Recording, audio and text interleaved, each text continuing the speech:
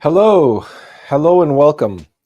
Welcome to another edition of Atlas Information Live. I'm your host, Atlas Alex.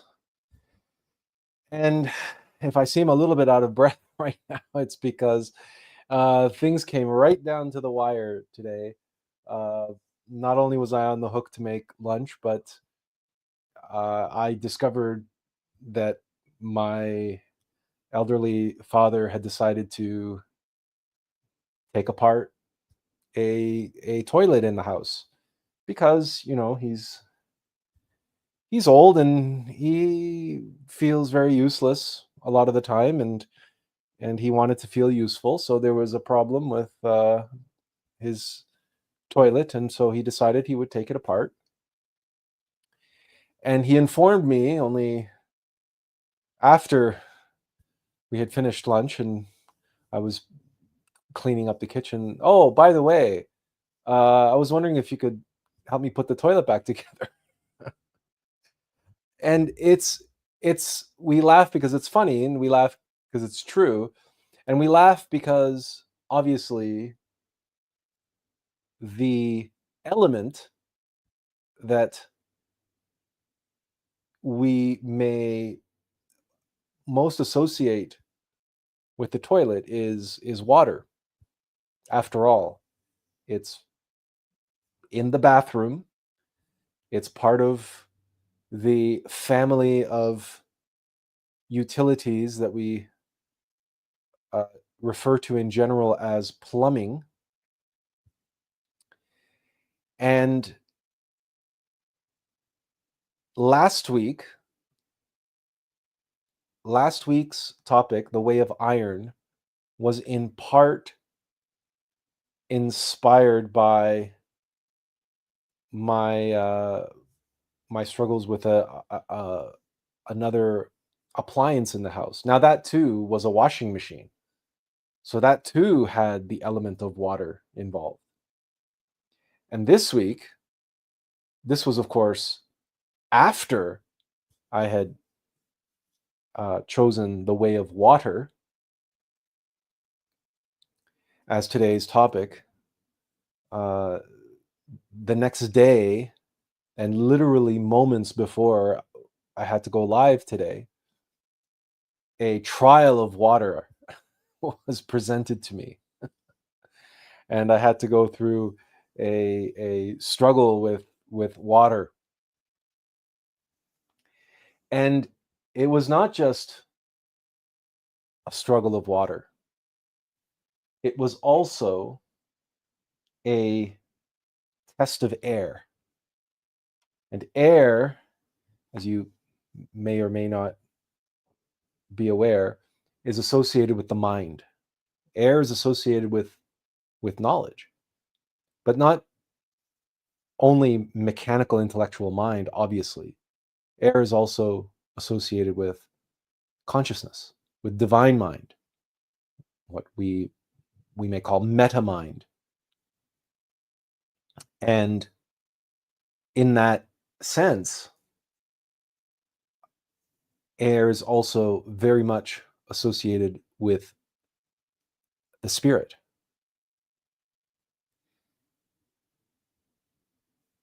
And today, we are going to be talking about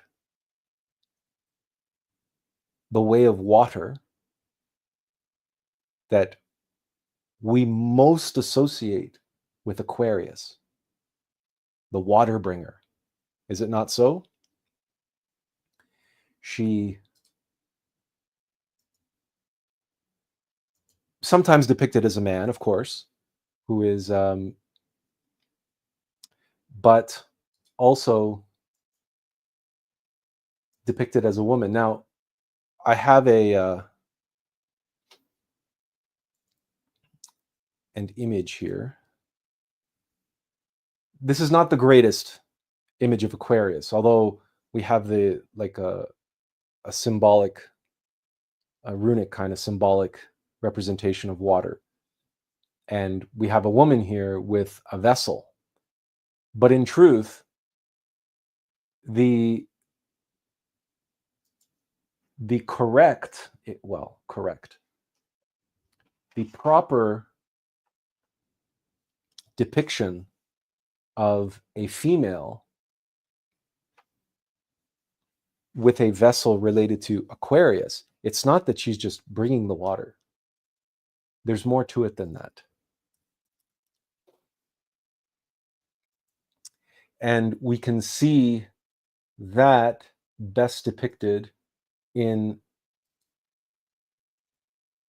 open image in new tab. Okay. In the Greek goddess Hebe, Hebe. Now, I'm not 100% sure on the pronunciation of, is it Hebe or Hebe or Heba, or, it's, anyway, she is the daughter of Zeus, and she is awarded to Heracles, better known as Hercules, upon his completion of all of his mighty trials. Zeus gives his daughter away to Heracles as his reward is not the right word. Having proven himself worthy of Hebe. The trials of Hercules. Now, Hercules to the Greeks was the Greek Christ. He is the one that undertakes all of the incredible, monumental trials that no mortal could ever accomplish.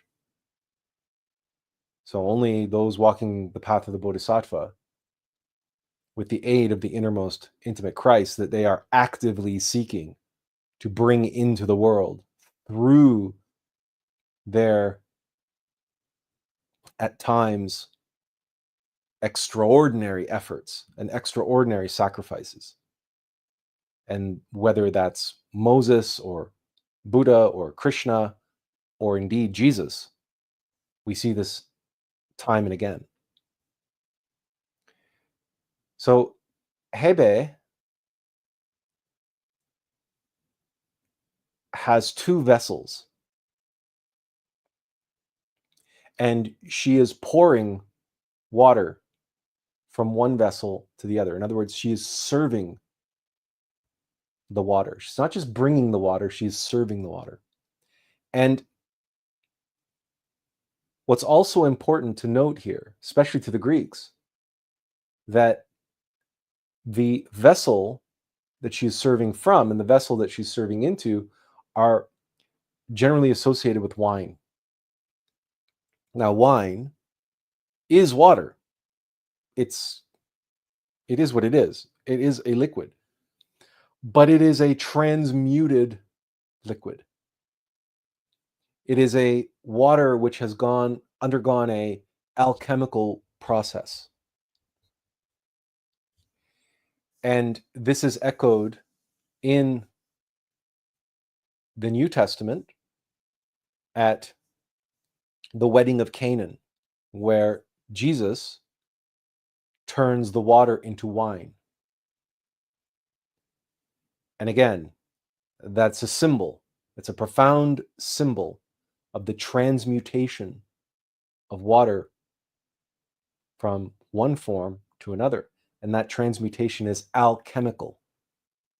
And alchemy, comes from the, does it go all the way back to Sanskrit? But it comes to the Persian, alchem, which literally means the chemistry of God. The power of God to transmute and change the fundamental essence, the fundamental nature of a substance. In Christianity and in Gnosticism, and we also refer to the transubstantiation during the Gnostic unction, also known as the Eucharist in Christian denominations. in which, in a ritualistic manner, Christians and Gnostics and others will play out the events of the Last Supper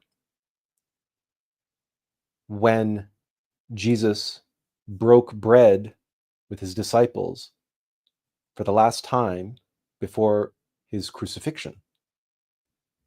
And he broke bread and he gave it, and he blessed the bread and he gave it to his disciples and he said, "Take this, all of you, and eat of it. This is my body," which represents the transubstantiation, and it will be given up for you and for all, so that sins may be negotiated and that some sins may be forgiven. And he says, "Do this in memory of me."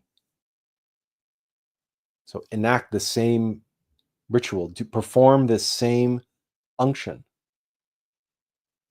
whereby through prayer and meditation and great humility,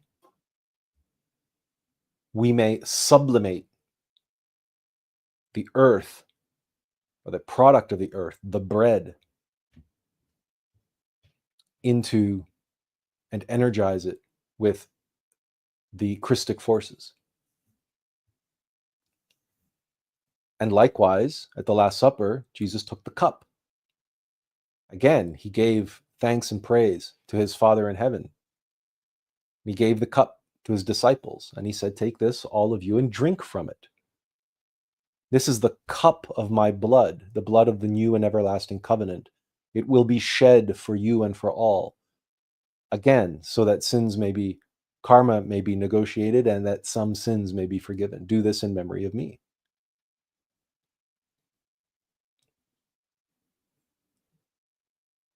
But the transubstantiation of earth into Christ, the body of Christ, and the wine into the blood of Christ, represents the alchemical relationship that is present in Aquarius, in the very name Aquarius. Because, of course, if we just pay attention to the word itself, Aquarius consists of two parts. Let's see if we can, and let's start with a blank. Okay.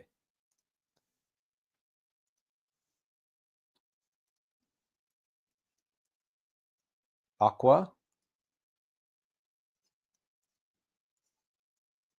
and Arius, where that A is shared.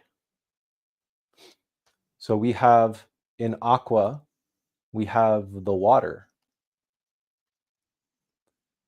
And in Arius, of course,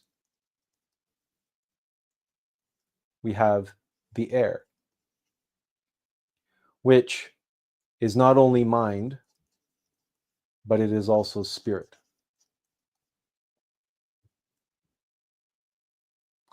The water, of course, is not just water.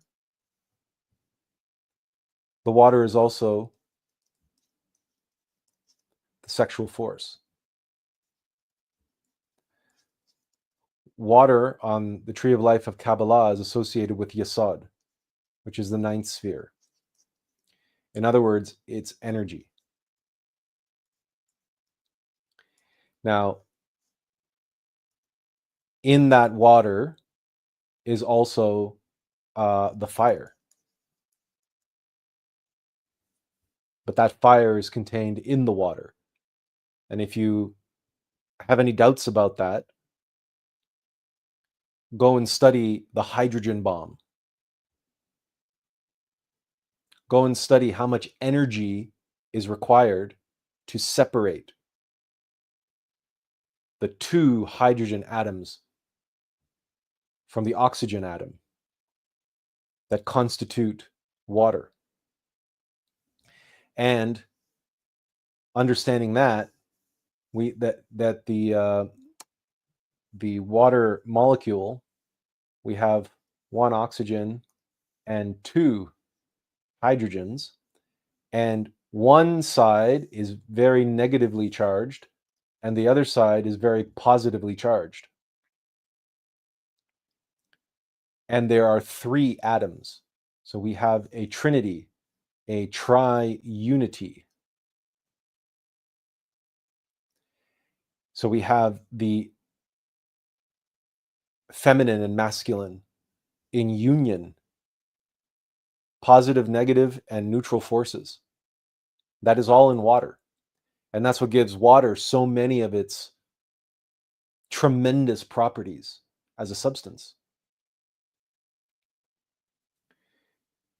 But it's interesting that, when we think of Aquarius, and even this talk is called The Way of Water, and yet Aquarius is an air sign.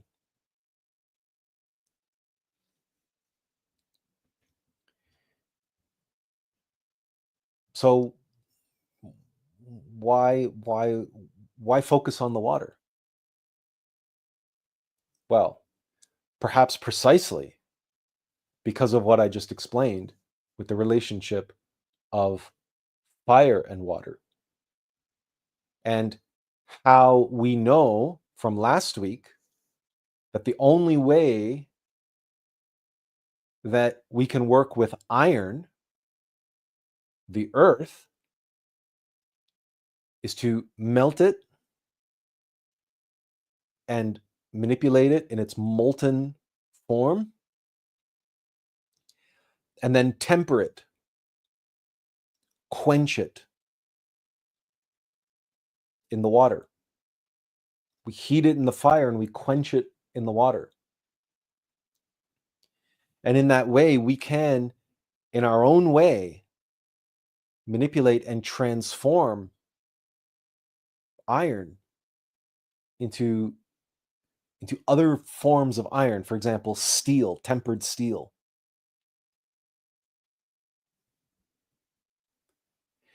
And it's interesting that one of the foundational aspects of the age of Aquarius is temperance.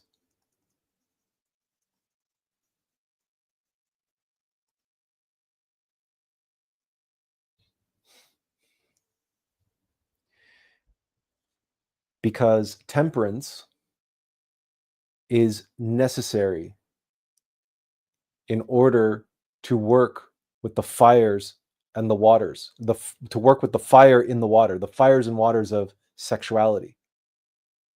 Temperance is required in order to be able to transmute lower substances into higher order substances. So the transmutation of lead of ego into the gold of the human soul. Sexual alchemy is an activity of temperance. You cannot rush it. And if you think about aging wine, again, coming back to water and the transmutation of water into wine,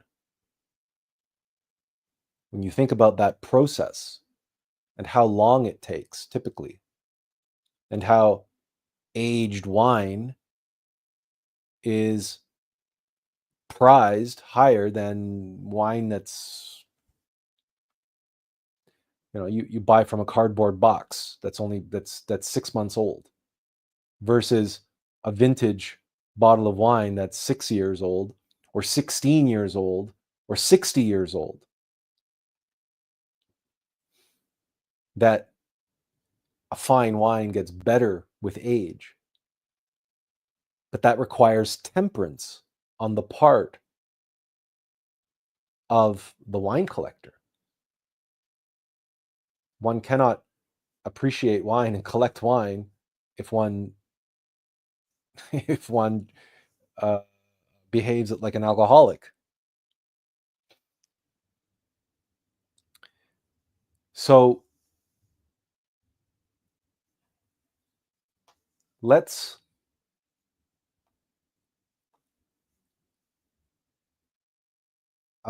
begin with that not just dual, but trinary understanding of Aquarius, and that the trinary nature of Aquarius is contained within water itself. Water has the ability to transform. Water is the transformative force of nature, for instance. It can dissolve granite. It can dissolve all sorts of minerals. And it, through its very presence, it can allow minerals to self-organize and become plants and all order of organisms. It is why materialist scientists, when they're looking for habitable planets elsewhere in the universe, what are they looking for? Liquid water. That's the number one basis of our search for life, because frankly, that's really the only life that we understand and comprehend. It's sort of, water and carbon-based life forms and living in ecosystems that are absolutely dependent upon water. And there's some other elements involved: carbon, nitrogen, oxygen, and others. But the key is water, because we do not know of any life forms that can well and truly exist without water. And if there are, they're of such such small numbers and exist in such niche sort of habitats that they represent 1/1000% of the life forms on our planet. So we naturally are going to look for that which reflects our experience.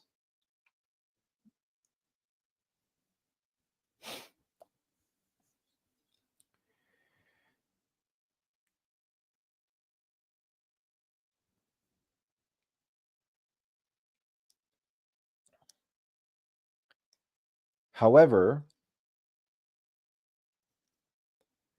our experience in certainly the last 2,000 years, and as we've moved into the age of Aquarius, has been influenced greatly by the age of Pisces. And as we moved from Pisces into Aquarius, roughly in February of 1962, give or take. Some different groups have different ways of calculating it. But without question, we moved into Aquarius in the 1960s, early 60s, because that's when we experienced the sexual revolution. And all of the, and that sexual revolution was one of sexual liberation. Pisces was very much about locking things down And there was a great deal of fear and trepidation around sex. So that's why it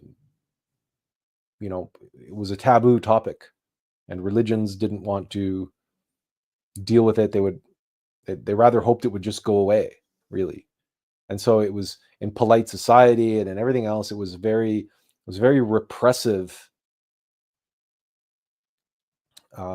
subject, repressive. And when we entered into Aquarius,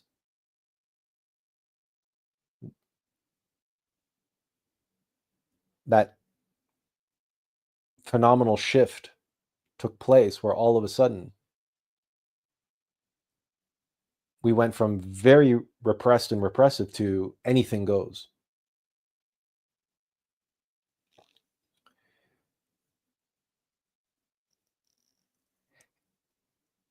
And many people associate that sort of rapid change with water. And indeed, water can facilitate such change. I mean, water is fluid, right? We think of it in those terms. But both water and air are like that. The other thing that transforms the face of our planet, the other thing that can erode rock, turn granite into dust, is air. These are the two forces of erosion on Earth. There's two types of sand. There's ocean sand, and then there's desert sand. And desert sand is very different from ocean sand, because particles blown by the wind, on the wind, become finer. The granules of sand in the desert, in the wind-blown dunes of the desert, is more spherical. And the granules of sand that you find in the ocean is more angular. I'm not going to say cubic or square or whatever, but because it's, of course, they're not perfect squares or anything like that. But they're definitely more angular. They have the capacity to lock much. That's why companies can't make concrete out of desert sand. They rely on ocean sand to make concrete, because desert sand does not have that clumping characteristic required for concrete. Even if you get desert sand wet, it still flows, right? Because it's, the granules are round. They can't find that they can't lock together in any way, shape, or form. Like, just try getting marbles to do that, right? But if you have, Lego, right? Lego can snap together. Now try doing the same thing with marbles, right? It's night and day. It's apples and oranges. So in that sense, air brings a refinement that and a subtlety that water doesn't possess. As Bruce Lee described of water, he said, water can flow or water can crash. And when you think about water, even a babbling brook or waves of the ocean, which, by the way, are in part, they can be motivated by wind. But for now, let's think in terms of tides and whatnot, and ocean currents. You think about roaring rapids or waterfalls. We can have storms with wind. We can have tornadoes. We can have hurricanes. But even then, you can have dust devils in the desert, don't get me wrong, but the most powerful tornadoes and hurricanes come with a tremendous amount of water.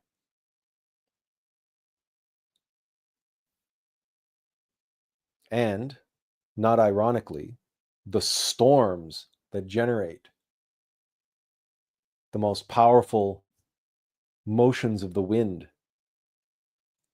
and the conical vortices of the alm of life expressed in the wind are fueled by the humidity and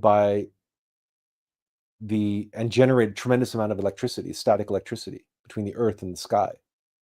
So the lightning, there's the fire in the water, the flashes of lightning and the thunder that come with those tremendous storms that relate to the movement of the air.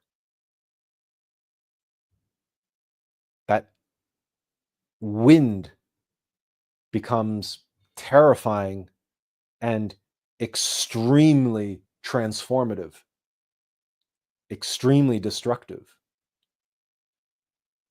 when it comes together with the water, with the humidity and the fire in the water, the heat, right? The humidity.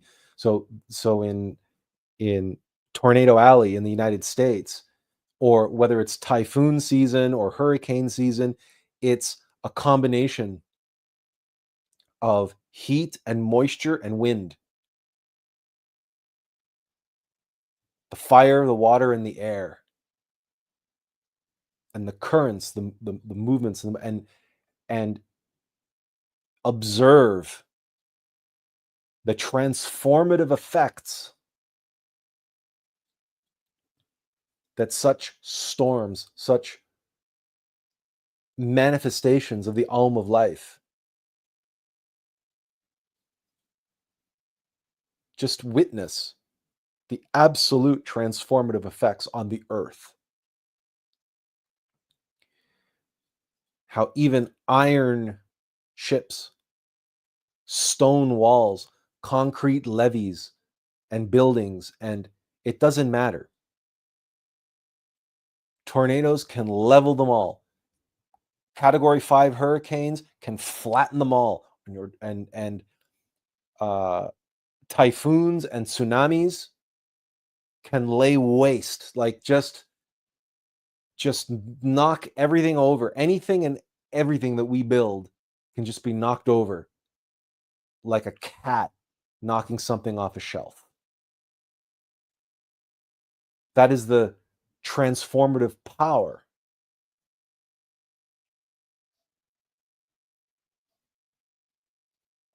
When the waters and the air come together and are energized, electrified with the fires present in the waters. They're awoken. And the lightning in a storm is awoken by the friction, the speed at which, and the forces of the positive and negative forces of the humidity in the atmosphere, the moisture in the atmosphere, and then the air, and those positive and negative charges, and then the earth, and it's like rubbing a balloon on your sweater. And it is the coming together of positive and negative, and it's that metaphysical friction which begins to charge up what we call static electricity. And as we know, water wants to flow, and electricity is just another name for water. Because again, water is associated with the ninth sphere of the tree of life, which is Yesod, which is the fourth dimension, which is electromagnetism. The universe is electric, and electricity flows. And we also know that energy like water, if it becomes stagnant, it will become putrefied, like a still pond, a swamp that becomes all algae ridden and fetid and putrid and stinky. Right? The same thing happens to all forms of energy if they become, if they are not allowed to flow. The water must flow. What comes to mind is the waters of life from Dune. And the waters of life are intimately connected to the spice.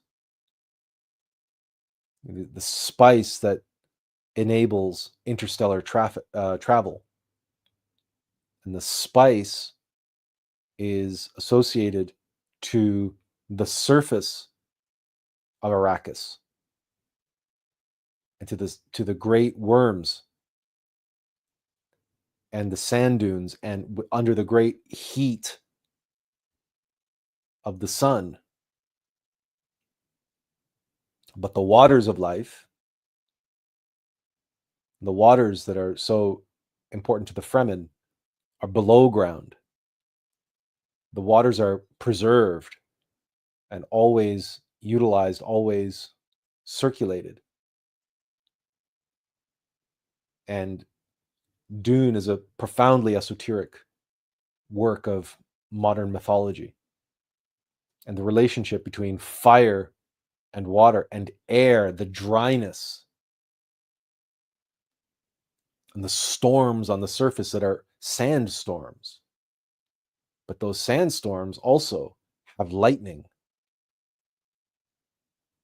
There is this connection between water and air and the charged electricity of fire, of the charging of the two,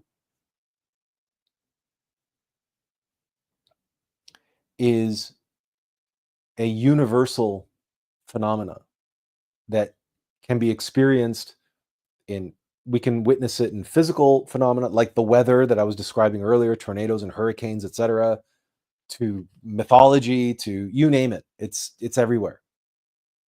It's even in physics, it's in chemistry, because it also relates to alchemy and it relates to Tantra.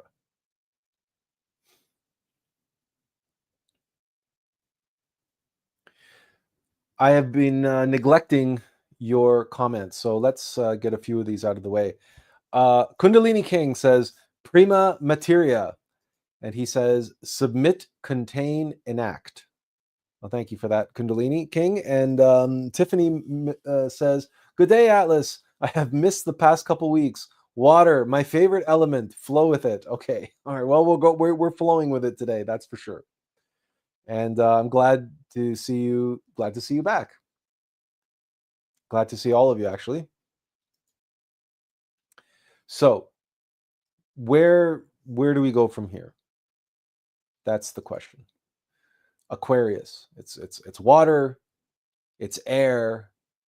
And yeah, there's fire and water. And when water and air get together, stuff happens. But I specifically wanted to focus on this concept of first principles. And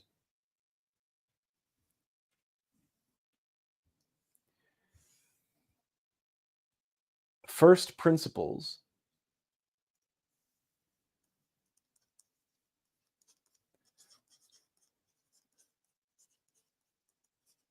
well, hang on, maybe before we get there, let me just I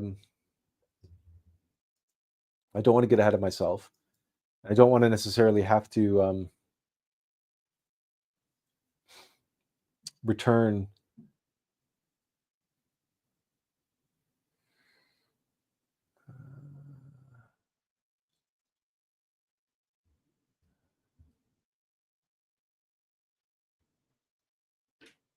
I suppose I should just briefly mention that for those who are born under the sign of Aquarius, they're considered to be independent and intuitive.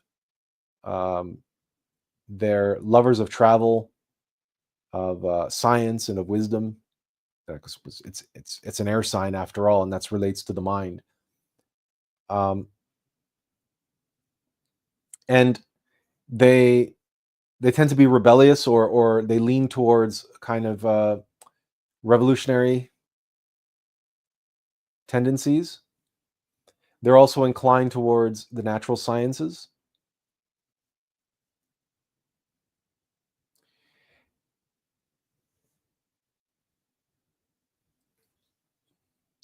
There's a connection to the human body, Aquarius, and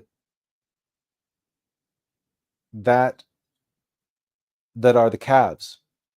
Now, esoterically, the calves represent a kind of magnetic womb connecting the celestial being, the human being, to the earth. And if you think about the position of the calves in the body and why we call them calves,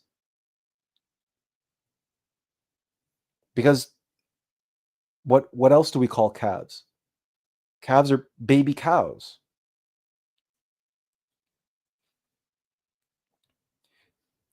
It's a transitional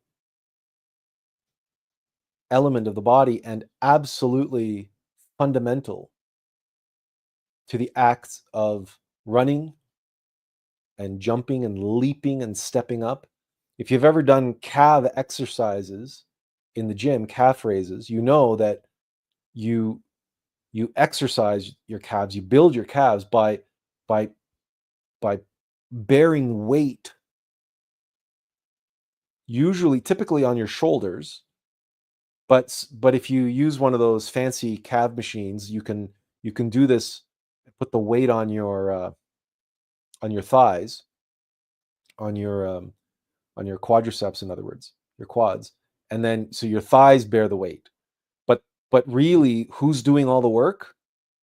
It's not your shoulders, it's not your thighs. Your calves are doing all the work as you lift up on your toes. You press up on the balls of your feet, basically, and on your toes. And that's how you work the calves. And that motion, that uplifting motion with every step, and with jumping up and down, like skipping rope, for example,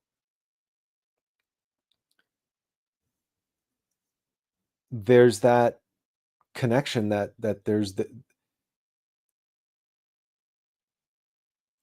and a tremendous amount of weight. Like I said, if the burdens that you carry on your shoulders, that you walk with, I mean, yeah, you're loading the whole body, but it's the calves that are doing a tremendous amount of work there.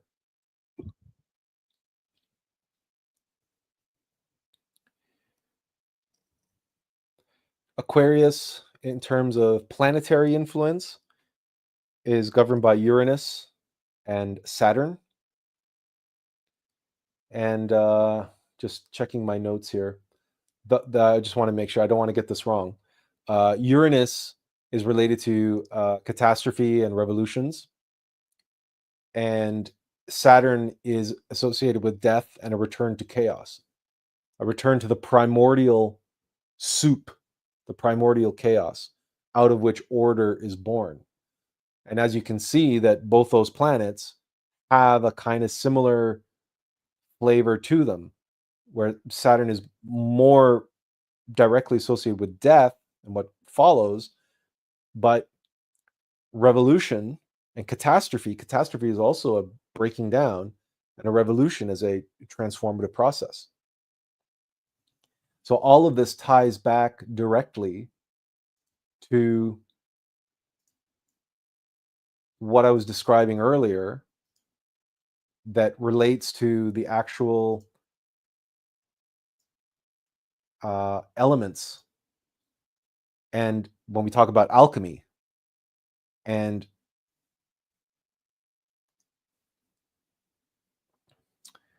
the fires and waters of sexual alchemy, And I might as well put that here.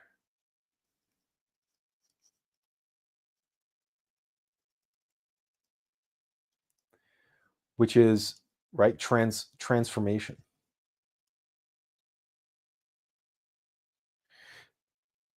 It is that transubstantiation. So it's not just change. It is a particular kind of change. And one of the things that the New Age gets terribly wrong with Aquarius, and terribly wrong in general, is its adversity to death and its refusal to accept that death is a real phenomenon. And its refusal to comprehend that the ultimate transformative process requires death in the middle. Because what began the transformative process ceases to be. And the transmuted, transformed, transubstantiated result of that transformation is born anew, is born. There is no avoiding the fact that, for example, when a seed sprouts and becomes a sapling, the seed dies, the seed ceases to be.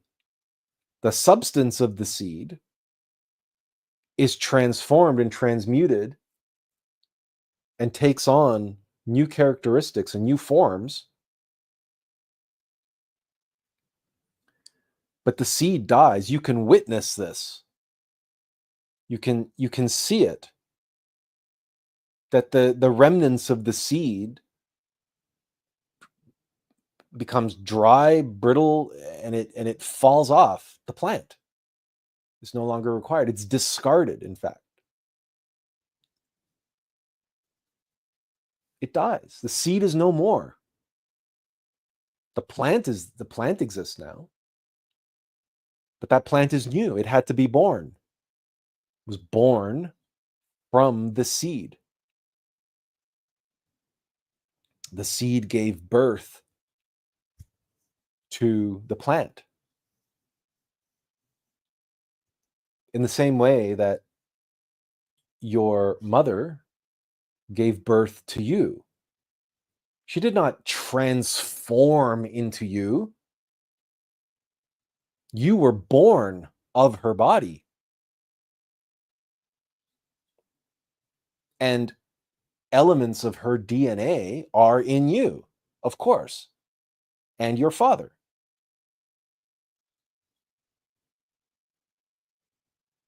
But they continue to exist, and you were part of their family, at least for a time. But one day, if they haven't already done so, one day they will die, your parents. They will die. My mother is already dead. And my father, God bless him, he's on his way.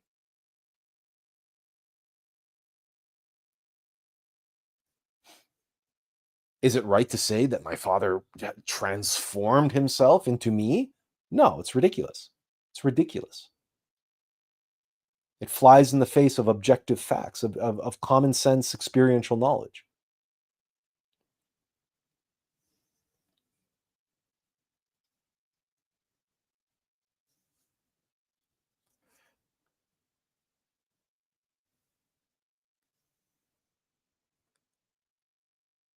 The transformative process of the Om of life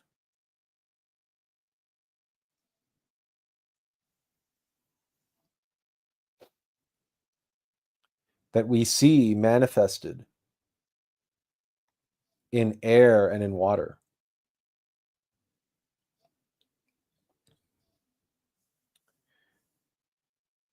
will be the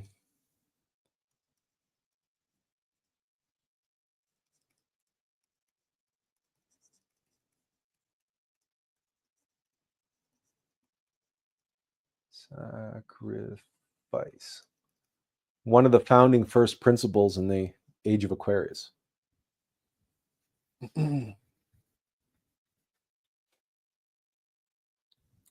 That birth, death, and sacrifice are a first principle. Now, maybe I should just, for those of you who didn't read the description for today's live stream, first principles refers to a contemporary problem-solving methodology, whereby if you have a problem, you keep asking questions until you reduce the problem to the absolute, undeniable, objective truths underlying the problem. And then you begin to reason your way up from those first principles. So I'm trying to find a very simple example here. Let's talk about water for a moment. When water is frozen and becomes ice, the molecules orient in such a way that it loses density. So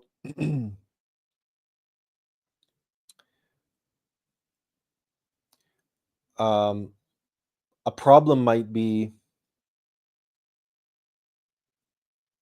ice jams in a river that damage, they keep damaging bridges. You say, well, how do you solve that problem? Because these huge ice flows and so on, and they're damaging the bridges in the wintertime. Well, the problem-solving approach of first principles would ask, okay, well, why are we getting all this ice on the surface that's damaging these bridges? And so you ask the question, the first principle is that when water freezes, it loses density, and thus it becomes more buoyant, and it floats. Ice floats. That's why we get ice flows. So, based on that first principle, which is an objective, observable fact, that the ice flows are always going to be on the surface of the water. If you have a bridge and the river, right, and you have the bridge here,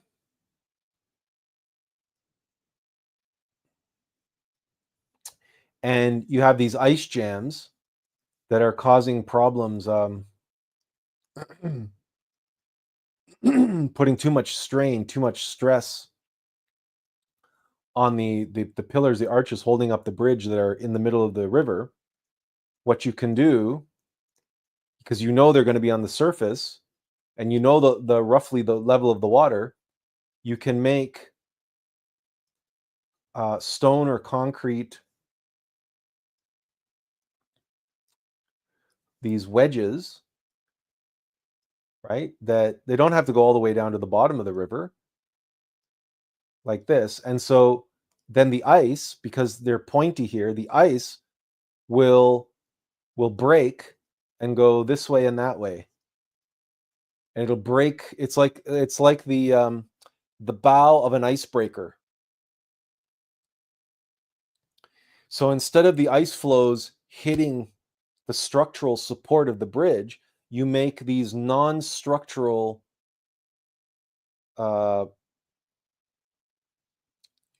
concrete or stone or metal shapes that will cut and break up that ice. So then the ice flows will pass and continue down the river, and now there will no longer be damage to the supports. Yeah, so Kundalini King says you might call them pylons, right? Or maybe that's what they're called, pylons. But the point is that you arrive at this solution by getting to the first principles beneath the problem. That when ice freezes, it floats. So the solution is going to exist on or just below the surface of the water. The pylons only need to be as thick as the ice gets, and only need to go as high or as deep as the ice ever builds up. So this is the concept of first principles. What are the underlying foundational truths that we can base real world practical solutions on? That's what we're talking about when we're talking about first principles.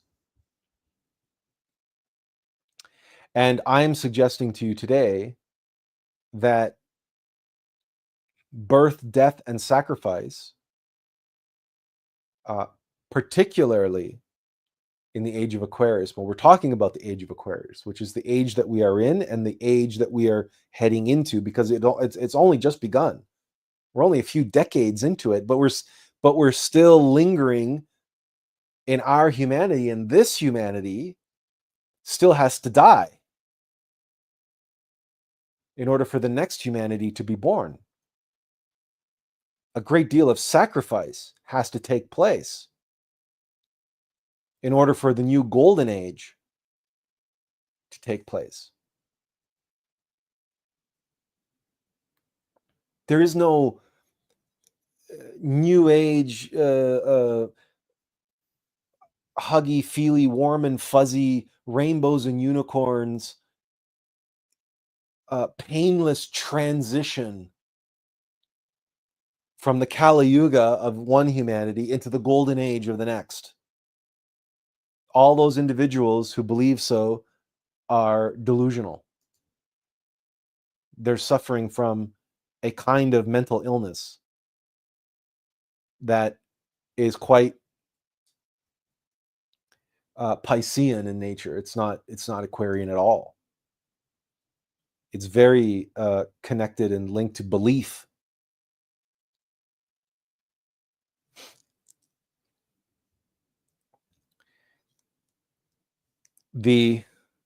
On that note,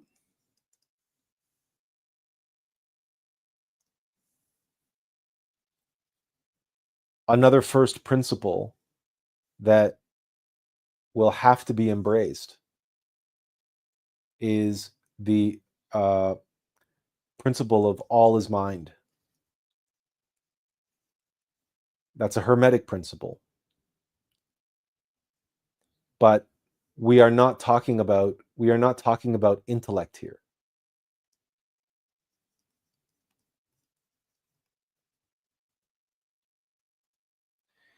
The intellect is important. The mechanical machine mind is important.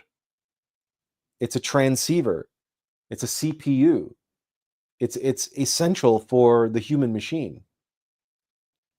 But it alone, it is incapable of knowing outside of consciousness.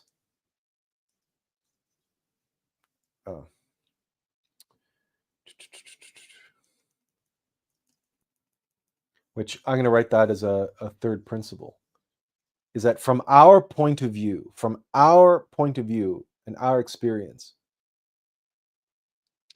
consciousness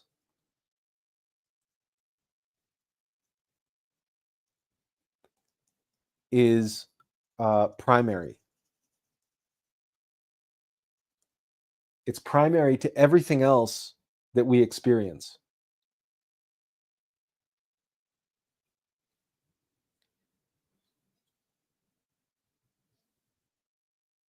This will have to be a first principle of the New Age, or of the Age of Aquarius.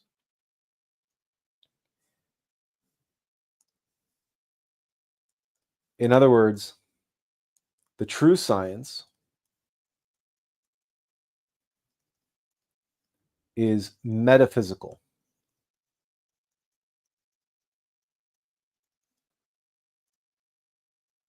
not empirical.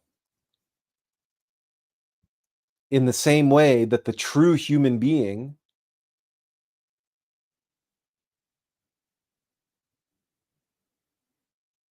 is spiritual, not corporeal. There's a reason why the word corporeal and corpse sounds so similar. The physical vessel, the physical body, and all a physical reality is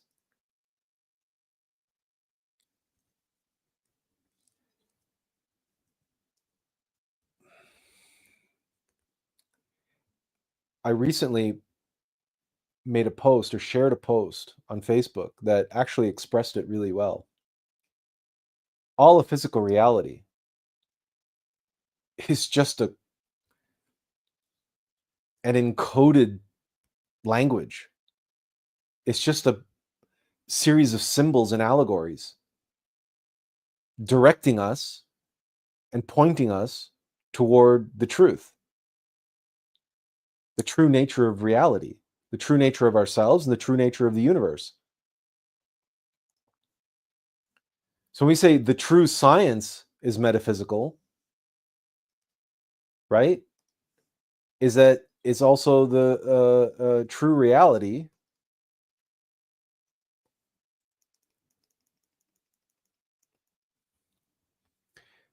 The reality, what we call reality,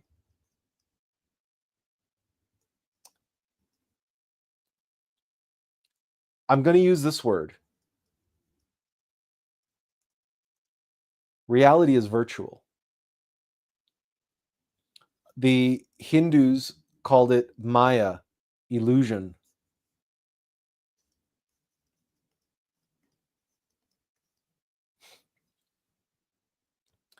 And just like any virtual reality, just like any illusion, its purpose is to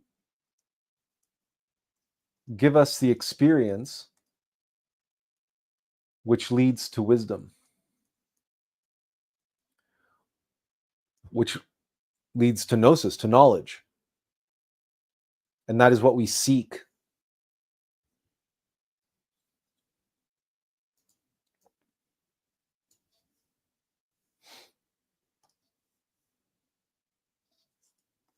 Self-evident experiential knowledge.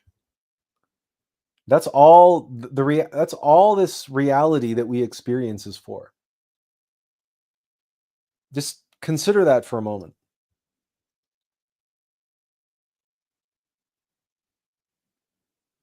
Right? It's when you look around you, moment by moment,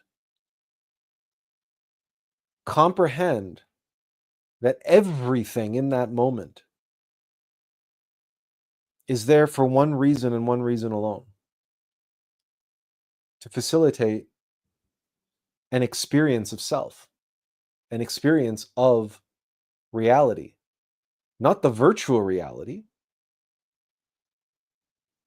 but the reality that the virtual reality is pointing to, that it is approximating, that it is expressing, that it is reflecting, that it is intimating at, that it is symbolizing or allegorizing.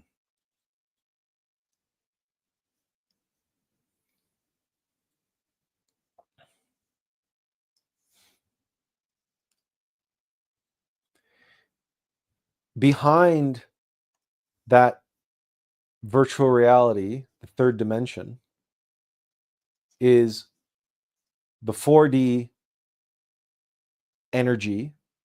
That's the water, yesod, on the tree of life. That's the etheric, what even in the New Age they call the energy body. And then we have the 5D, we have mental and emotional world. We have the 6D causal.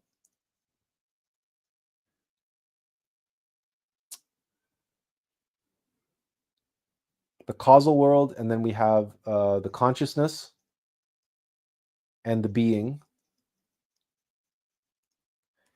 And then the 7-dimensional world of archetypes.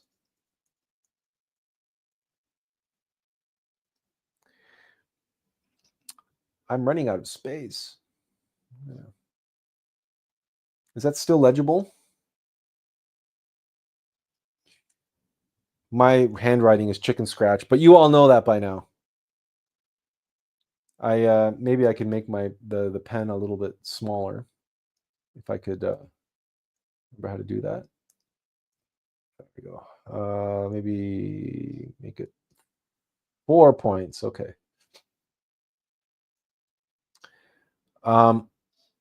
This is the 70. This is called Atziluth, or the world of archetypes. Now, what are archetypes? Archetypes are the unformed essences of form.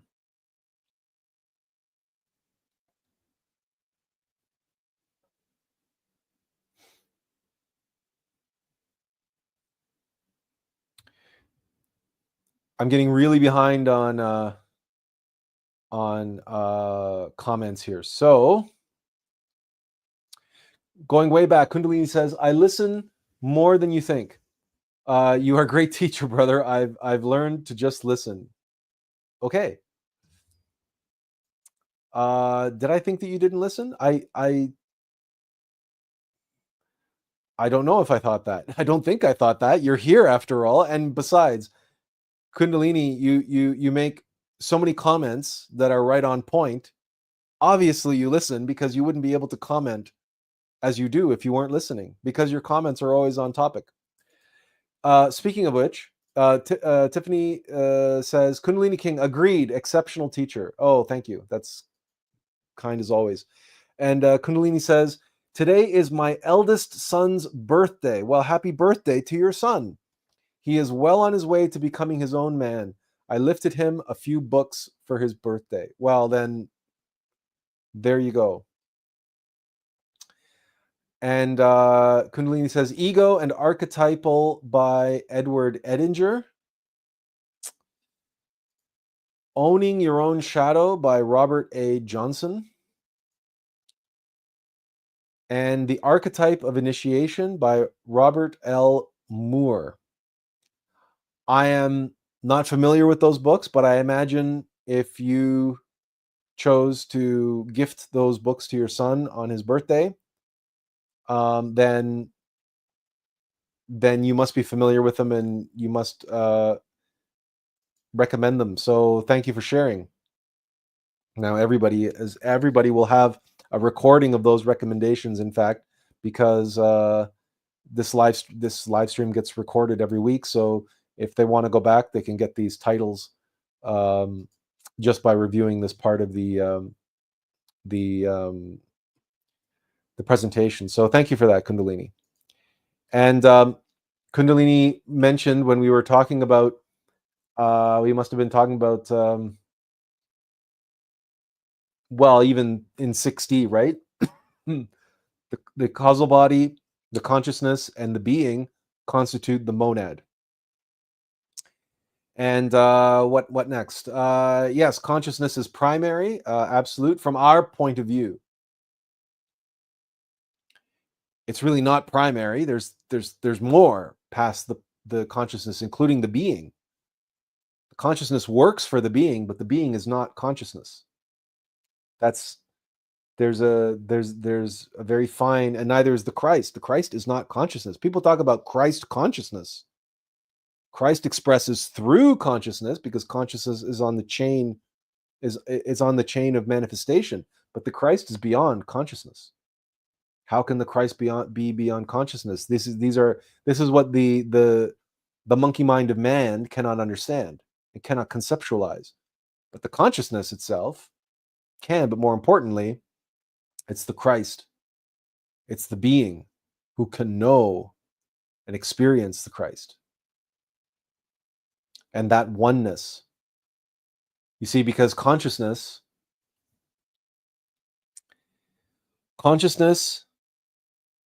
is necessary to facilitate oneness between that which is separated. To know what that is over there. But the being is already one with the innermost intimate Christ. They are already one. There is no separation. That separation is just if there is one, is just another illusion. But the being has no such illusions. And neither does the Christ. There is no separation. So without separation, what need is there for consciousness? But you might say, well, but what about knowing? Well, there's a kind of knowing which is being. That's why experiential knowledge trumps book knowledge. And the mind, and our mind, or mechanical mind, a representation of knowing. True knowing is being. And the being is one with the cosmic Christ at a certain level, in the same way that the capillary of a root system is one with the tree. But it's not part of the trunk, and it's not part of the branches. It's part of the root system, but it's still one with the tree. It is treeness, but it's experiencing treeness. It's beingness. It's being treeness at its level, which is a root. So we're getting closer to the question that I really want to answer here. But first, reality is interactive as friggin', yes, you're right. It's reality is interactive as fantastic. Now, here's the question that I was rearing to get to. The archetypal self is 7D? Yes. The being is 6-dimensional. It's in the 6th dimension. But above that is the world of absolute. It's the world of archetypes, the unformed essences of form. That's all mathematics, all sacred geometry, and all stories exist in an untold, unwritten state, a state of pure abstraction, which can be expressed mathematically in what we call mathematics. That's the language of numerological abstractions. So the notions of 1 and 2 and 3. Well, 1 and 2 and 3 exist,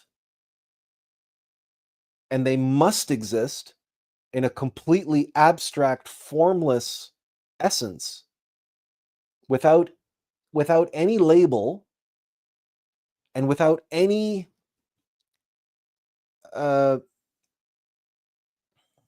expression of any kind. But the potentiality of the form of each must exist before its expression can manifest in any way, shape, or form. You think of the world of archetypes as blueprints, as the underlying blueprints of reality. Understanding that you cannot realize the construction of anything in the world of form unless it has been mapped out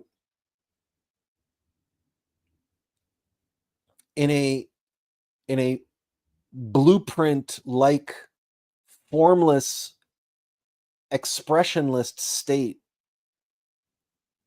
In other words, without the underlying archetype of circularness, no circle could exist. No circle could ever manifest. It couldn't happen. Without the mathematics, right, expressing, pi r squared, that's just an expression. And remember, pi has an indeterminable value. It's undeterminate. We can't determine what the slope of the curve of a circle is. It's infinite. 3.14, on and on and on it goes to infinity, right? And it is precisely in the world of archetypes where the slope of that circularness is defined. It is definite. It is absolute. It is not undetermined. It is not unknown. It is precisely knowable. Why? Because one can, in the world of archetypes, in the seventh dimension, one does not conceptualize circularness. One is circularness. You can be circularness. And when you are circularness, what is there else to know about the nature of circularness, of circles? You fundamentally comprehend every circle in its essence and its foundation. The first principles of circularity, which elude mathematics as we understand it, and mathematical notation and formulaic mathematics, quantitative mathematics, in other words. In the world of archetypes, numbers are not quantities. I should say, they are not merely quantities. Numbers, our mathematics, by and large, are focused on, because they're filtered through the mechanical, rational empiricism of the monkey mind, we tend to subjectively cordon off mathematics as being an objective science that is quantifiable, just to one degree or another. Now, there are extremely, I say, high-end abstract theoretical mathematics where the true mathematical geniuses play, where they are working with formulas and abstractions, and they are scratching at the door of the true nature of mathematics, which is both quantitative and qualitative. Numbers have qualities. This is what gets expressed in genuine Kabbalah, and not the intellectual Kabbalah that so many Kabbalists practice today. It's a purely intellectual form of Kabbalah. There is a higher expression of Kabbalah, which is not intellectual, it's experiential and it's intuitive. And it is the intuitive mind, the meta mind of being, that can comprehend, not through conceptualization, not through logical reasoning, but through the being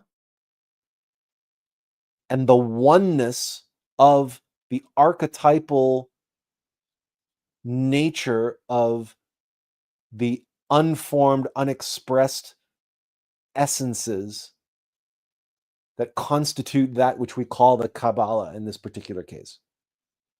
And so I'll give you an example of this. Gemini. Now, Gemini are the twins, right? And it represents the number 2. But 2, the way the Romans wrote 2, they wrote it as 11, right? 1, 1.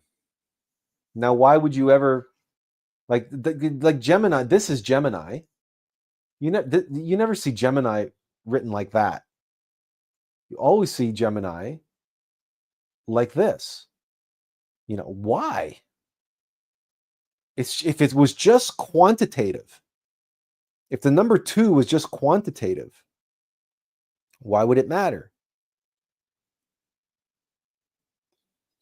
Because this is not only an expression of 2, it's also an expression of 11.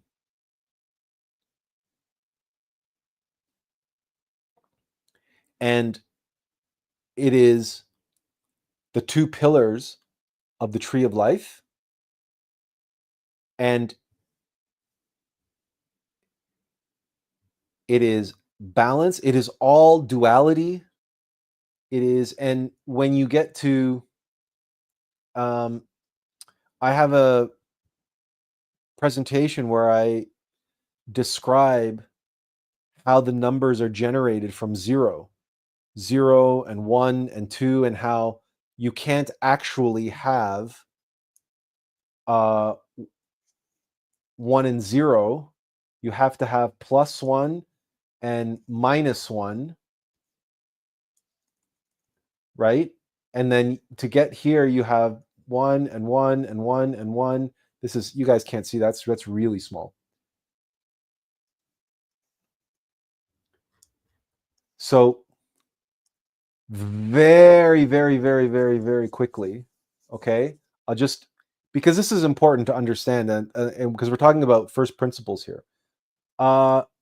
If we talk about nothing, 0, right? The origin, we can just for a moment draw a dot, right? And then if we want to talk about everything, oh, come on.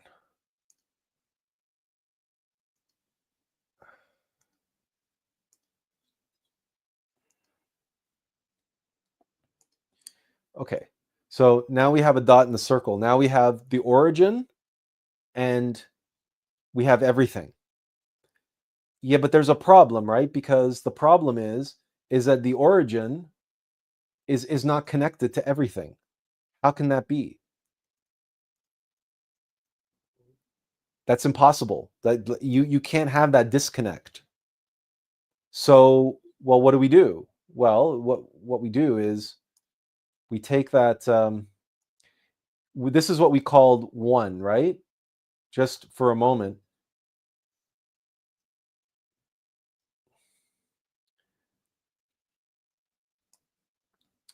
I'm going to make this smaller now because we're dealing with something. So, in other words, from 0 to 1, and that one thing, this is just one point, right? 1 point, 1, but that 1 point is everything, right? To get from 0 to 1, 1 is not just 1 is also everything. So we show that as 1 radius, right? 1r, this is a radius, r. So 1 radius, but 1 radius times pi r squared, you get the circle.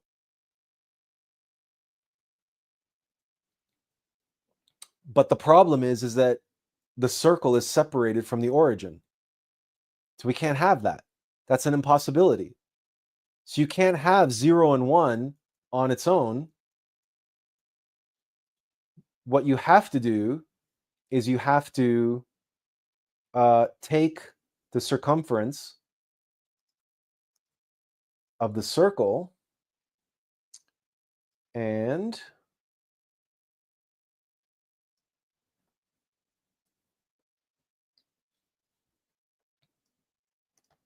okay, now what do we have? We have 1 point, which is 0, the origin, and we have one continuum.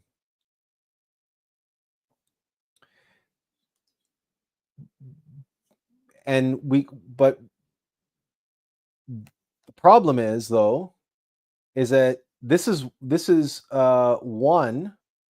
Like we imagine this, right? The full circle was there, right? So we have 1, and we have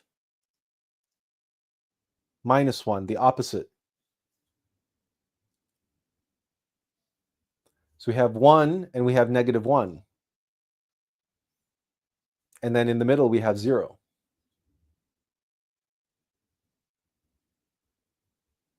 Right? But there's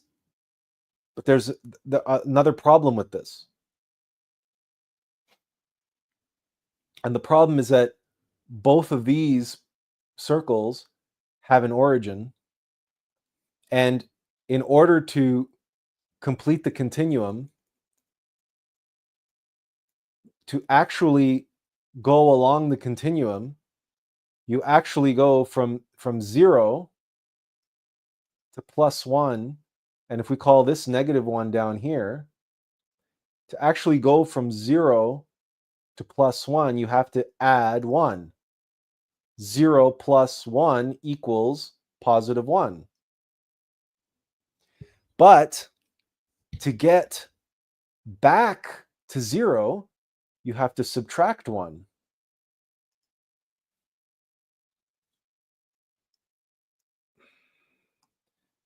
Let's make this one the same. Okay, so we're going to subtract 1 to get back to 0.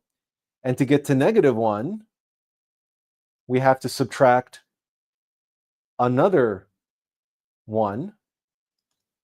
And to get back to 0, you have to add another 1.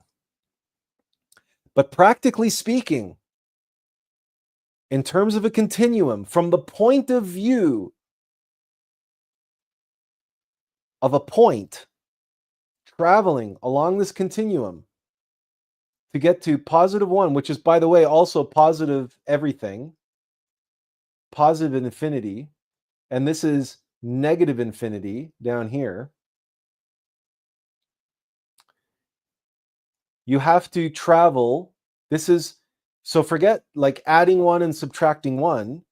You actually, if this is 1 and this is 1, to go through this this rotation, it's 1, 1, plus 1, plus 1, plus 1. 1, 2, 3, 4. But we only have 2 continuums, so we don't say 4, we say 1, 1, 1, 1. This is 1, this is 2. But it's 1, 1, 1, 1, practically speaking. From an experiential point of view, it's 1, 1, 1, 1.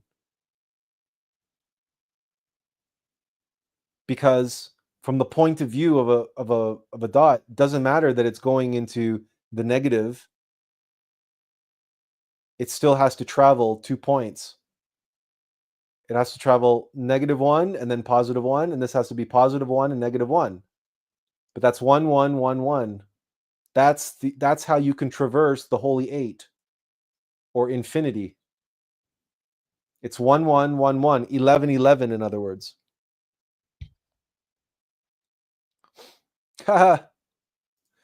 Kundalini King says, he laughs and he says, haha, I have 2 tattoos. One of them is 11, 11. One of them is 11, 11. Yeah. This came to me in meditation. How 11, 11 is the secret to everything. This, okay, there is no such thing as 1 and 0. Because we saw that. That can't exist. The minimum you need is 3. And here's the thing, okay? This is the real secret to 1, 1, 1, 1. There's a point, +1. Here's a point, -1. To traverse between them, you go 1, 1, 1, 1. But I said this is 1 and this is 2, right? 1 and 2. But you see the point, the source, 0, is shared. It's shared. These 2 ones are coincident because these 2 points, 1 and -1, are at the extremes, positive infinity and negative infinity, but on the continuum, this point is coincident. This is 3. This is the law of 3. 11, 11 is 3. The law of 3, the trident, the cross, the symbol of Christ, it is the Ankh, and it is the Tao. It is the creative law of the universe. Positive, right? Positive and negative, and union of positive and negative. This point. And the whole continuum, right? The union of positive and negative. That's 3. So the secret of 11, 11 is it's the law of 3. This is why 11, 11, people see so much of 11, 11.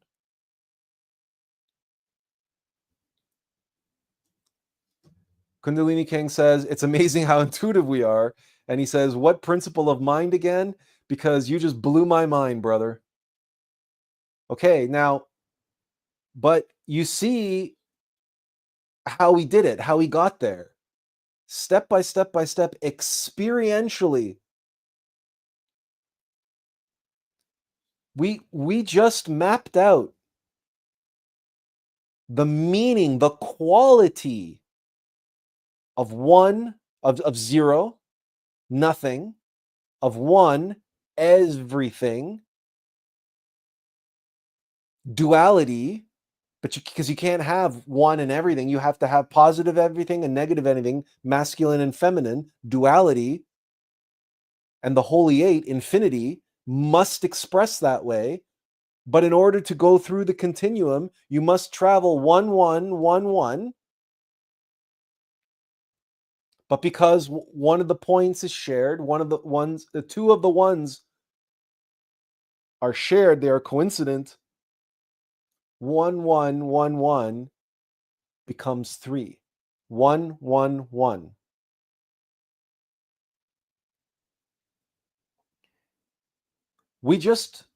Einstein said, I want to know how God thinks.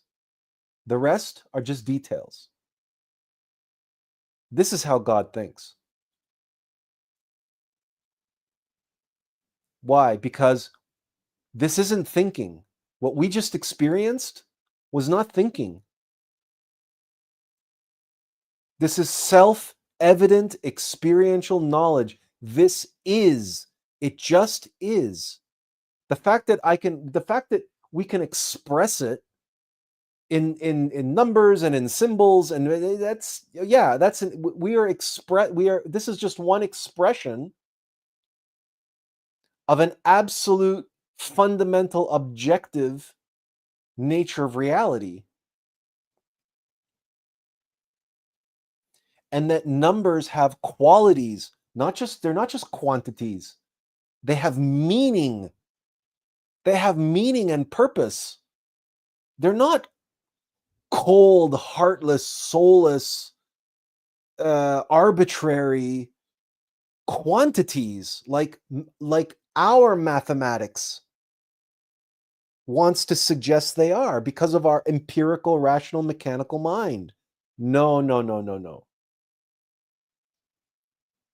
Numbers have life, they have soul, they have meaning, they have purpose, they have qualities about them.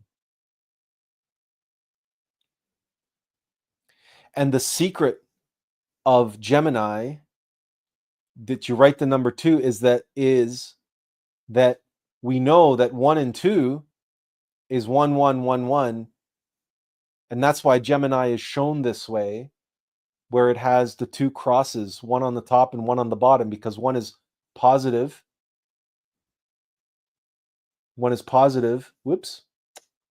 and one is negative, which means we have 1, 1, 1, 1, but because one of those ones is shared, we have 3.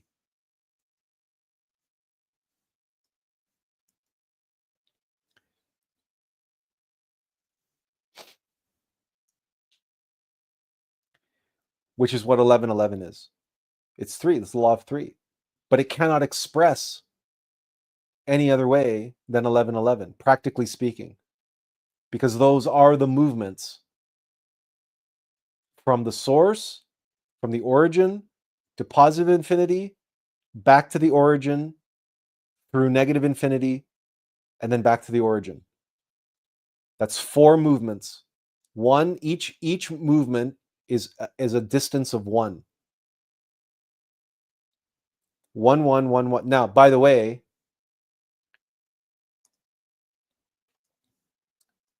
if we further, if we zoom out just a little bit,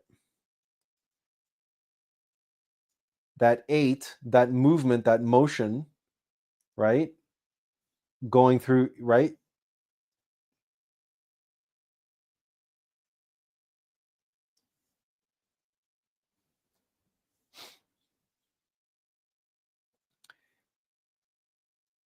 And then,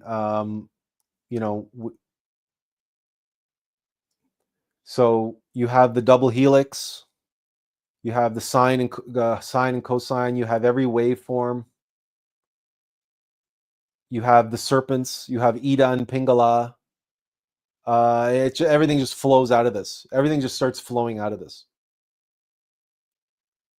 And then you have 18, the one infinite source, but you can draw that because Ida and Pingala on the spinal column. And then that's why we have the dollar sign. That's why we have the caduceus of Mercury, right? It just goes on and on and on. All these symbols are expressing the fundamental nature, the first principles, the true first principles of reality, whose foundations are archetypal, and they are in the world of archetypes. And yes, we can express them and show them, but if it if it blows your mind, it's because you can't really just intellectualize this. It's like once it becomes self-evident, it's like, oh shit. But to embody this, to embody it, to know archetypes is to begin seeing them everywhere.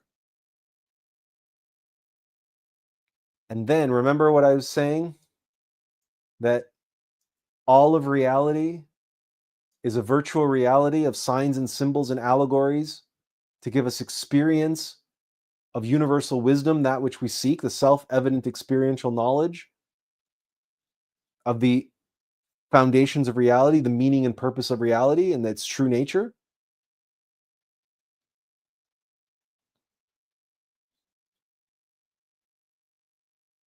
The world is talking to you all the time. The universe is speaking to you. The living, breathing word of God is written all around us and within us.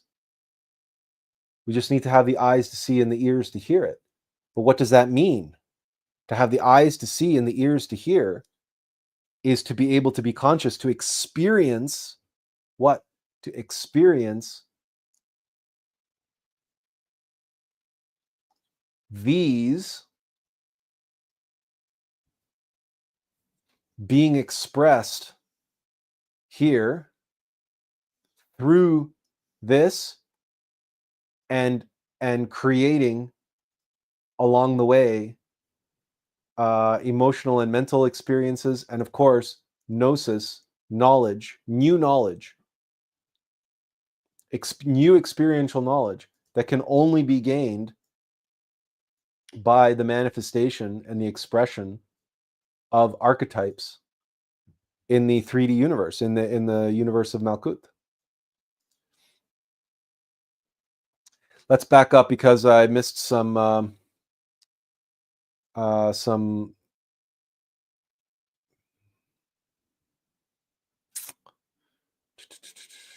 where we go. Okay, so we had the archetypal self being 3D. Okay.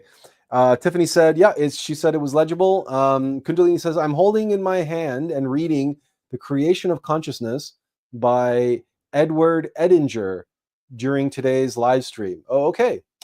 And Kundalini King says, wow, what a revelation. Thank you, Atlas. And he also said God image and the monadology by Gottfried Wilhelm Leibniz. And he also said, the monad, of which we shall here speak, is nothing but a simple substance which enters into compounds. By simple is meant without parts.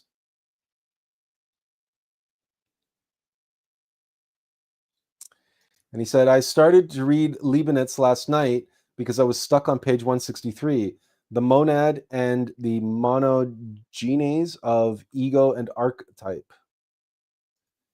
Okay, we heard about his tattoos, and then this and this. Yes. Okay, and then the alchemical wedding, that's between masculine and feminine. Tiffany says, I forgot who said it, but the quote is something like, what is there to count before one? That's a good one, actually. And she says, there is enormous meaning in numbers. Gematria is proof of that. And that's just one study of numbers. And then Kundalini says, Kundalini King says, I'm living in the 7D. What a relief. I thought I was going insane. Laugh out loud. And he says, I got to get a smoke, get some fresh air. Okay. All right, so we're all caught up on some chats. Why am I spending the time going through this? And some of this to you might already be self-evident, or it might seem self-evident, like this is like really obvious. But that's the thing about first principles, is that they should be really obvious. I mean, that's the whole point of first principles, is that they be obvious and objective and self-evident, that they are incontrovertible truths, foundational, undeniable, incontrovertible facts, the foundations of reality, the fundamental truths on which all of experience is based, and thus all problems are experienced and all problems are solved by reducing them to first principles. But these are the first principles that we have to embrace in the Aquarian Age. And another one here is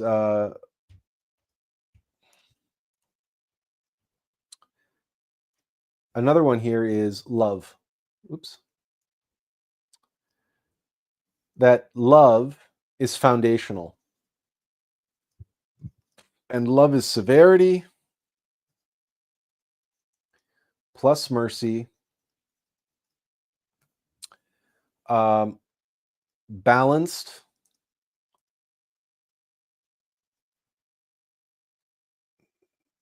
in balanced measure, applied unconditionally. So it's unconditioned, with the guidance of infinite wisdom. This has to be embraced as a first principle. Now, this part, the severity and mercy, we can express this as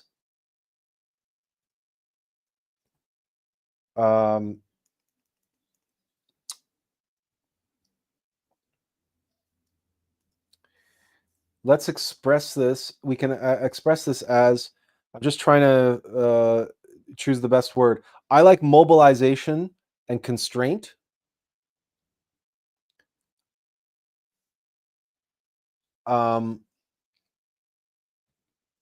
So constraint and but let's just call it mobility, because it's shorter. But all forces, all action, we also know that, cause and effect, there's action and reaction. These are all aspects, but mobilization and constraint as it relates to severity and mercy. So mobility or mobilization, we could also call it freedom. But freedom without constraint is a kind of nihilism. There's no, you can't create anything without resistance. So freedom and resistance, mobilization and constraint, these are just different words talking about the same thing. That's severity and mercy. The action and reaction. And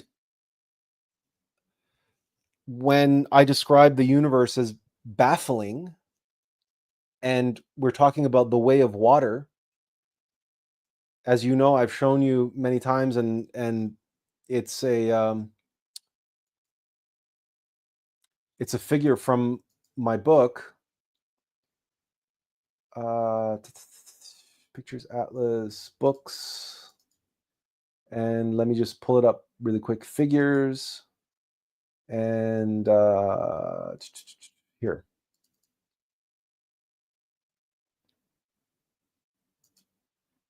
Okay, life is baffling.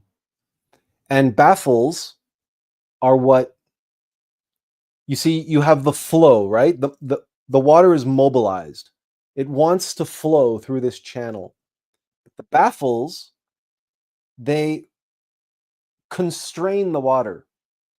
They obstruct. They they don't make it easy for the water to just flow directly through the channel. So you end up with these whirlwinds. I say wind, right? But these whirlpools, these eddies, these vortices, right? Like the alm of life, as the water faces these obstructions, these baffles, and it churns in on itself. It's been constrained temporarily, but then it finds its way around the baffles, and it continues on its mobility.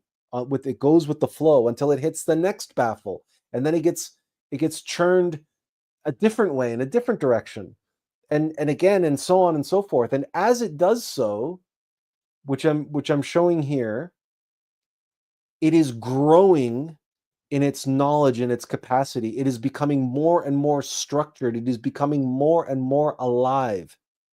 We call it structured living water.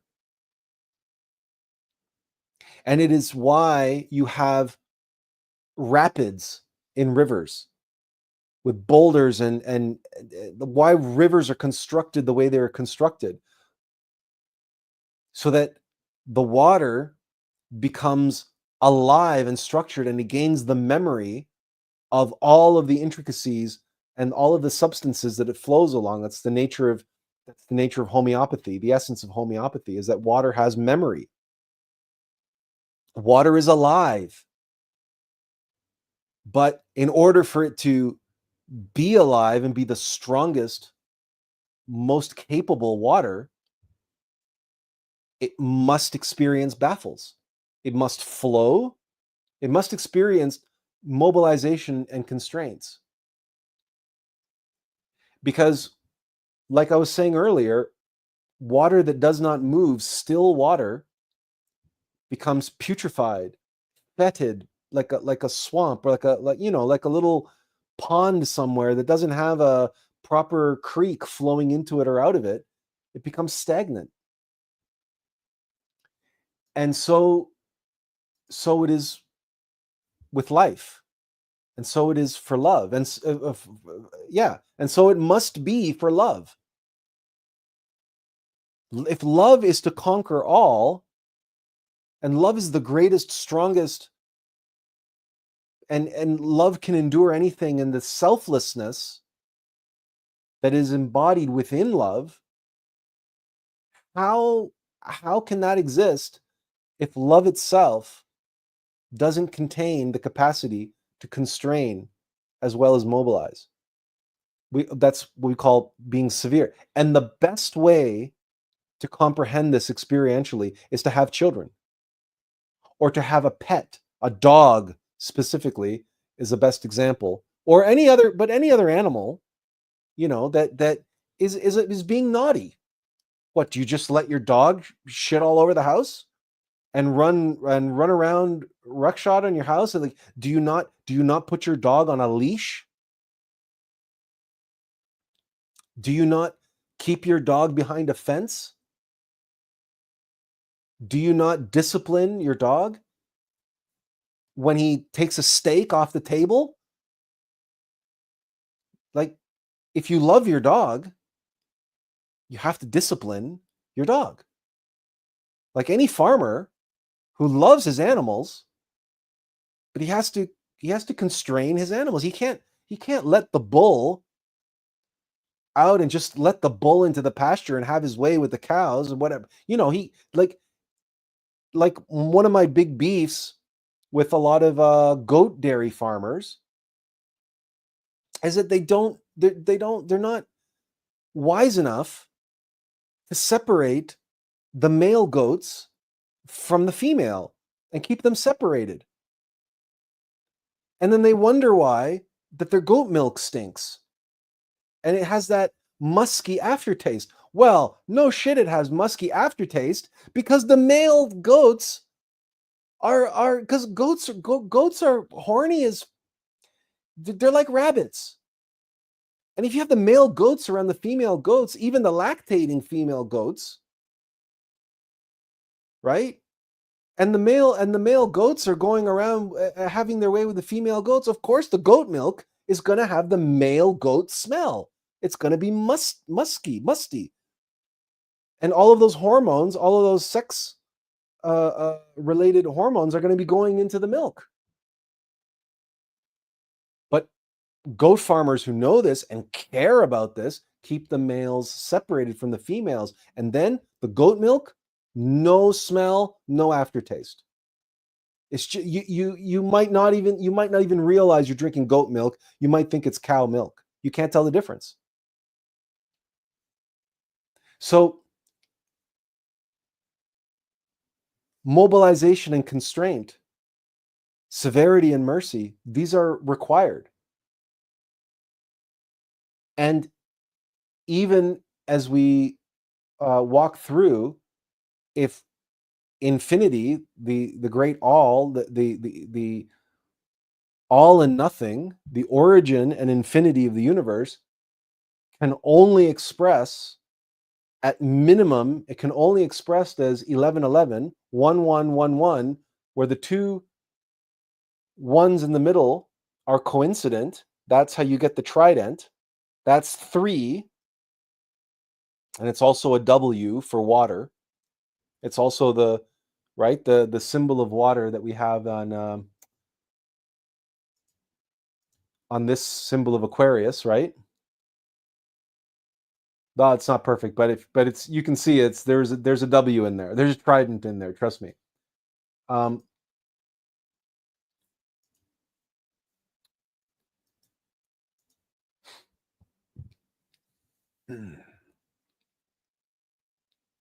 Then you have the positive, the mobilization, the mercy, and you have the negative, the severity.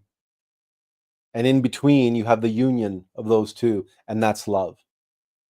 And that's the origin, that's the source, that's pure selflessness. You see, I recently made that expression to someone, and he failed to recognize it as a first principle. This is a big problem. This is a big problem. Right? We just walked it through together in a few minutes here. And if you can't get that, if someone doesn't accept that as a first principle, then everything that they say they believe about mathematics or anything else in reality is bullshit. The rest must all be based on lies, because if you don't know this, then everything else you think you know is complete delusion. And you wonder why people are suffering so much.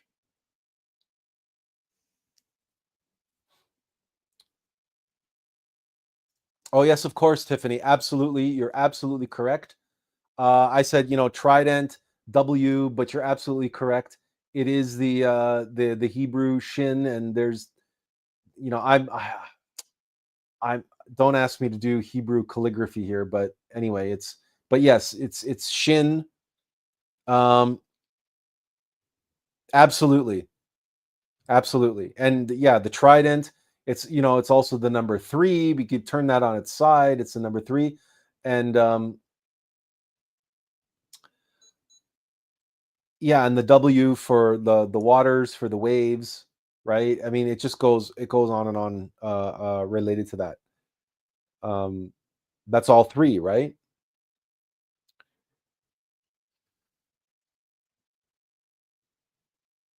Now I have let me go back, and Tiffany, I'll get your other comment here. She says balanced measure, unconditional love. Tiferet.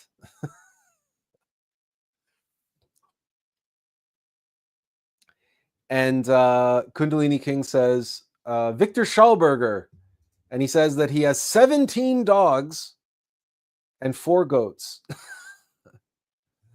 And Tiffany says, you've just explained with the baffles perfectly the purpose of the Sephira, the containers for the flow of love, picking up experience from the prior container. Love it. And by the way, when you mention that, you know how the energy flows down and descends down the tree of life, right? In that zigzag formation. Those are the lightning bolts, right? That's the Sig rune, right? That's the rune Sig. Let me just come over here. So remember we were talking earlier about that movement, right? On the tree of life, because the tree of life is more angular, right? So, but it's like this, right? And then you go down to Malkuth, and then you return the other way. Now, obviously, this is how you get. Well, maybe it would be better if I just pulled up the tree of life here. Let's go up. Pictures. Mm-hmm. Come on.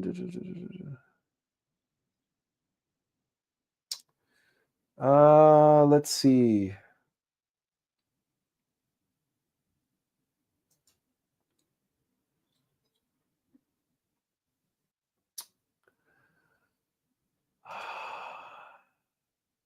No, let's do this one.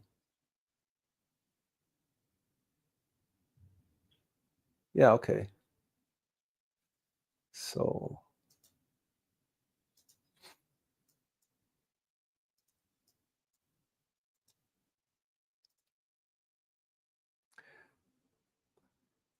I sometimes forget that I can import images.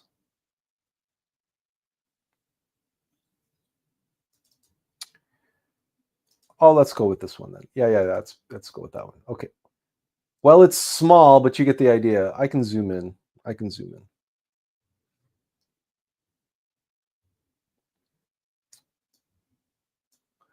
So you see the how the energy, how the light descends down in the zigzag fashion, right? And now, in truth, it goes back the same way. I mean, honestly, but the notion here is that it returns you know, the oh wait that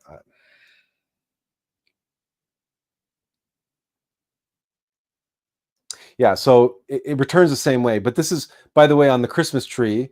If the sephira are the decorations, the balls on the Christmas tree, the Sig rune and the descending and ascending light on the Christmas tree is the garland. That's why we put garland on Christmas tree, because that's what that represents. Okay, let's get back to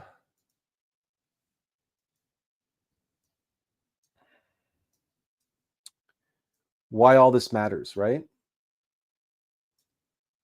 But first, some more comments here.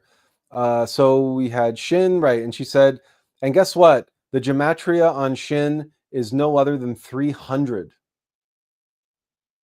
which of course Kabbalistically reduces to 3. And absolutely. And Tiffany and Kundalini King says, it's been 2 hours since the stream began. Have you considered a Discord channel or something for after class conversation on the material? And he adds, perhaps for some community building, socializing. No, I have not, because between you, me, and the wall here, I cannot stand Discord. I cannot figure out that platform. I've been invited to use it many times, and I've tried using it on other people's, they have it set up. That platform makes absolutely no rhyme or reason to me whatsoever. But in addition to that, these live streams obviously take up quite a bit of my time already on Sundays, and quite a bit of other people's time as well. So this is really just an opportunity for me to share directly with you what I have to share. But these live streams are as much for my benefit as they are for yours, because many of the things that I share with you, sometimes I'm hearing them for the first time, right? Because what I speak about, I generally speaking, do very little preparation for these live streams. And I share with you what I am told to share with you. And very often I'm hearing things for the first time. And all of this is really like practice for me, but it's also an opportunity to workshop things that I need for the rest of the week. So it's almost like, for example, I was about to get to that, being here in Canada and being that I'm here to do the mission that I'm here to do. Um,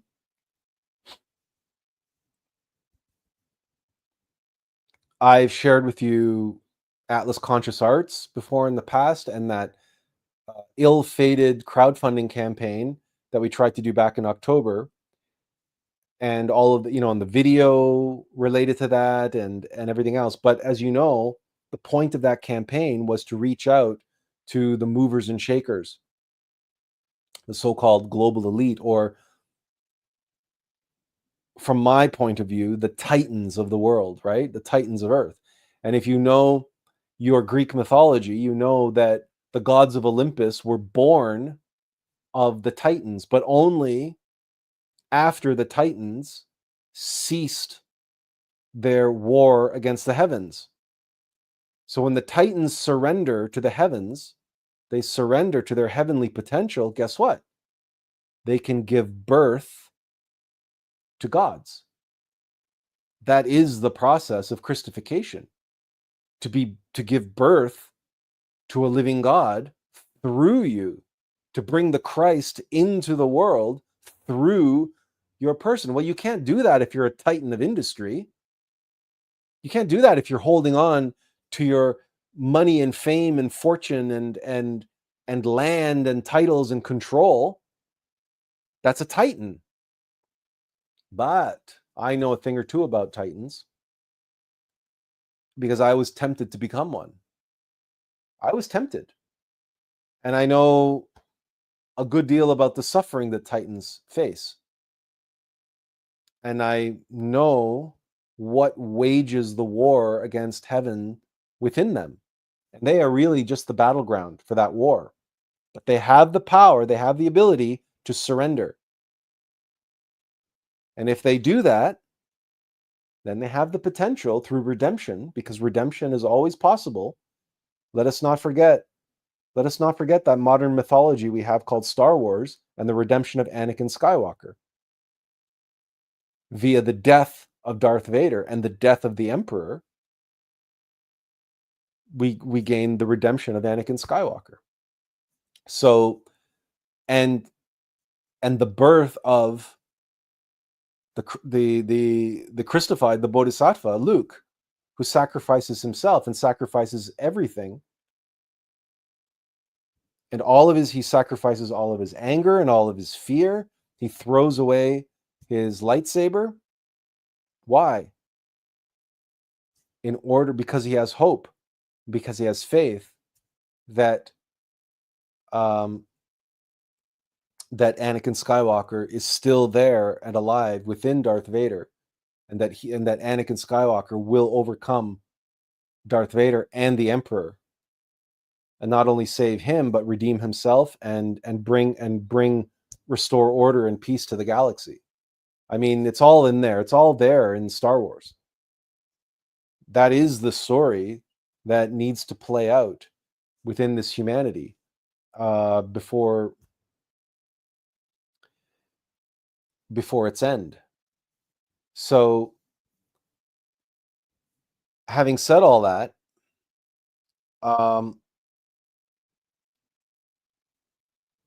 we need a very special kind of Titan. And it just so happens, you all know this, that right now in the United States, and China and Russia and Europe, they're all building walls. They are fortifying their positions. They're strengthening their walls. They're battening down the hatches. The hatches. They are fortifying themselves, and they're preparing for, who knows what. And they're also pulling back. They're trying to attract to themselves all of the IP, all of the know-how, all the knowledge, all the industry and everything. And everybody intuitively senses that a great change is coming. A great tsunami of change is coming. And that wave is going to be so transformative. But remember, transformation means destruction. And everybody who is motivated by fear, and who fears death, and who fears losing what they have, they're fortifying, they're battening down the hatches. They have their blinders on. They're putting on their armor, right? And they're doubling down on their beliefs, because their beliefs are what give them comfort and security. Now, here in Canada, we've spent 15 years suffering under a Trudeau government, and he's been selling us out, not only to the States, but to China and everybody else. And all of our IP has left, and we've suffered this tremendous brain drain, as all these thinkers and people, and anybody who came up with anything of any value ended up selling it to an American company, to a multinational, or to who knows, and they've just left. So when Trudeau took office 15 years ago,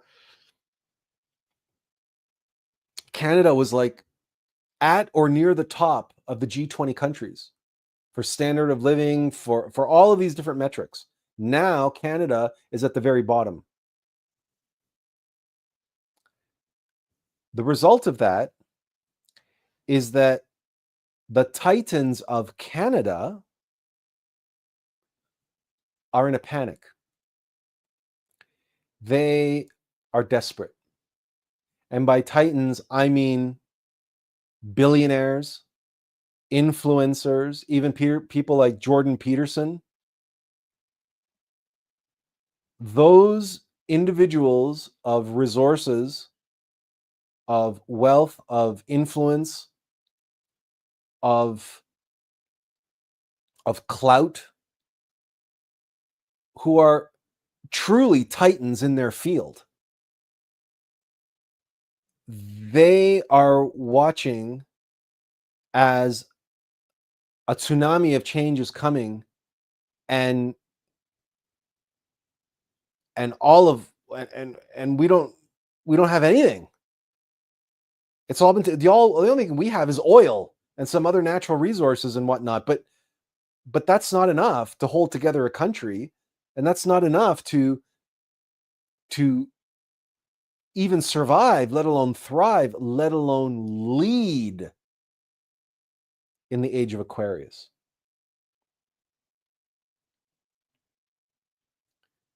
But here's the joke, right? Here's the irony,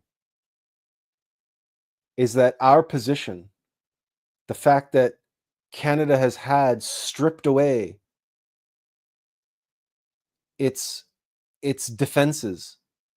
We don't have walls. We don't have walls to fortify. We don't have a position we don't have the hatches to batten down, to prepare for the great wave, this great tsunami that's coming. Everybody else is taking a Piscean approach to that wave of change, to the winds of change, to the winds and the waves, the winds and the waters of change, and the fire, the energy behind that wind and that water, okay? That tsunami, those tornadoes, the hurricane that is coming, that will completely transform humanity in every way, shape, and form, every industry, every government, every municipality, all of science, all of anthropology, sociology, religion, everything is going to be completely turned upside down. So everybody's in a panic, and in a Piscean way, they're trying to nail down what they've got. They're shoring up their defenses. They're preparing their walls, and they're getting as much resources back in their wall, on their side of the wall, as they can. So all this protectionism and everything else, right? And then here's Canada. It's got none of that. That is our greatest strength. That represents our greatest opportunity. Because you can go into battle, right? You can face the tides of change, the winds of change and the tides of transformation.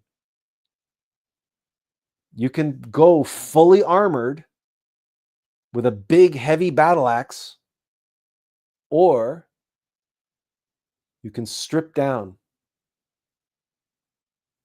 and walk into battle with a bamboo stick or no weapon at all, with an empty hand. And you can be the water. You can become the water, because that water is coming. As Bruce Lee said, you pour water into a cup, it becomes the cup. You pour water into a teapot, it becomes the teapot. Water can flow or water can crash. And the more baffling life becomes, the more alive and structured and capable water becomes. That's why Bruce Lee said, be water, my friend. If you don't have the armor and you don't have the weapons, you don't have all that Piscean, trident to double down on, well then, open your mind and open your heart to the first principles of Aquarius. Embrace the Alm of life and abandon the Piscean empirical lies, the deceptions, the delusions of materialism, of empiricism, of corporeality,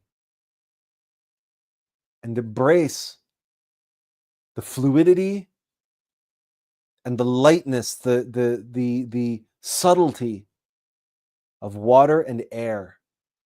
Aqua Arius. That lightness of mind, that ever more subtle meta mind, which is the spirit. Manas, mana from heaven. As the rain falls from the heaven, because the tides, the winds of change, and the tsunami of change is coming. So stop trying to build a levee and a wall against it. Become the water. Become one with the water and join the wave.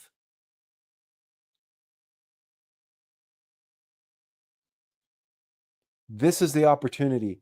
There is something called the Council, Canadian Council of Innovators, or Canadian Council of Innovation. It's been set up by several prominent Canadian billionaires. Let's call a spade. And their expressed mission is to reestablish Canada on the world stage as a world leader in science and technology, in intellectual property, and in guiding the future of humanity through practical solutions. Everybody else is taking a Piscean, empirical, corporeal approach, physical approach, in other words. And they're doubling down on AI, they're doubling down on intellect, they're doubling down on mechanicity, binary duality, And again, all these legacy systems of human 2.0. Canada has billionaires and people like Jordan Peterson and others banding together, desperate to reestablish a Canadian identity as a world leader, as a world thought leader, as a leader of in culture, in philosophy, in medicine, and all the sciences. Well, the only path, realistically, is to make the upgrade to human 3.0. To be. Let the rest of the world batten down the hatches, desperately trying to cling to what they think is their survival strategy. But really, what they're clinging to is not being. They are clinging to not being. We don't have anything to cling to. We've already lost it. Trudeau already gave it all away. So, we got nothing to lose. We might as well be. We might as well be one with the change and accept the first principles of Aquarius. Right? Live by the sword, die by the sword.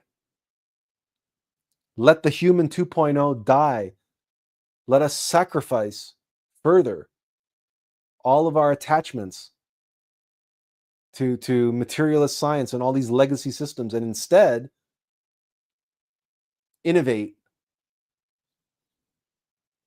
in a way that nobody else on the planet is innovating, and create a space of love in microcosm and in macrocosm nationally for people to come, and let us invite them. All of the people who are outside the box, all of the people who have not received any recognition or any support, no matter where they are in the world, they've received no proper recognition or support from academia, from the peer-reviewed publications, from financiers and venture capitalists, from markets, from the general public, because the world hates outside the box thinkers, outliers. So let the outliers come to us. And in fact, there's a Canadian, a prominent Canadian, or at least relatively famous, relatively prominent Canadian named Malcolm Gladwell, who wrote a book called Outliers. And he also wrote a book about David and Goliath, and how David had this, his book about David and Goliath, I can't remember what the title is, but I think the subtitle is, or the essence of the book, the spirit of the book is In Praise of Underdogs.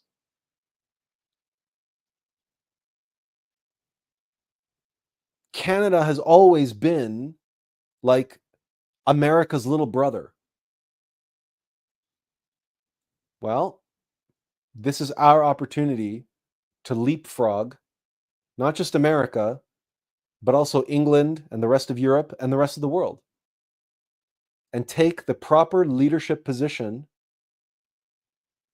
that is our birthright, that is our destiny as a nation. And I have known this ever since I was a child. I wrote about it in my first book that I published more than 20 years ago. It is Canada's place, it is Canada's birthright to take that leadership role and demonstrate to the rest of the world what is possible.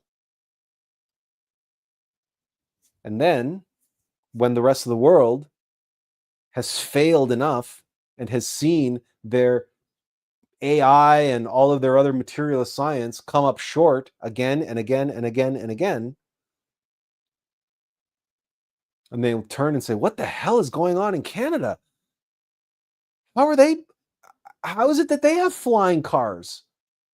How is it that they can travel to Mars and back again? And we're still using rockets, and they don't have any rockets. How come they've cracked the puzzle on anti-gravity and free energy and countless other capabilities that we haven't even begun to imagine, let alone realize. When the rest of the world sees what's happening here in Canada, they will have no choice but to abandon their legacy systems and their legacy way of thinking, their Piscean approaches to things and their materialist approaches to things, and come and knock on the door and say, hey, can we have some of that? Can you show us how to do that? Can you teach us how to do that?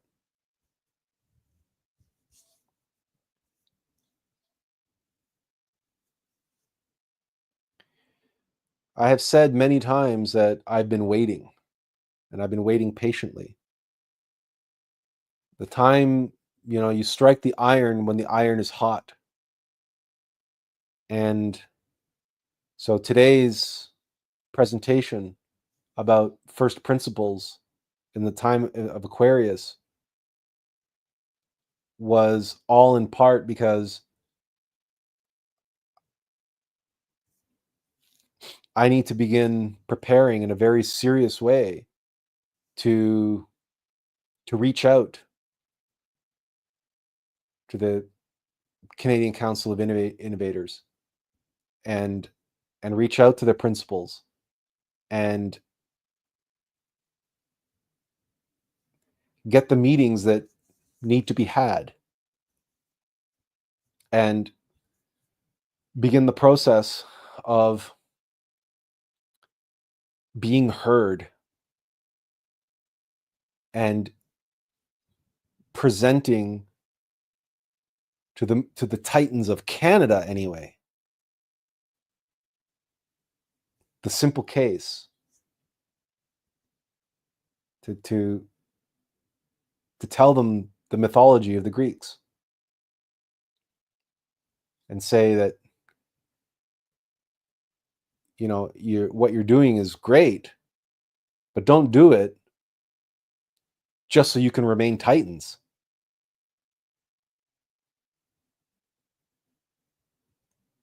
Do it because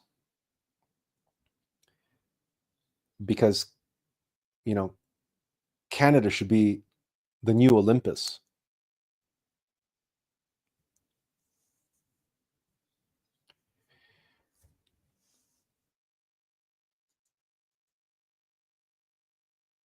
And that's why I was born here.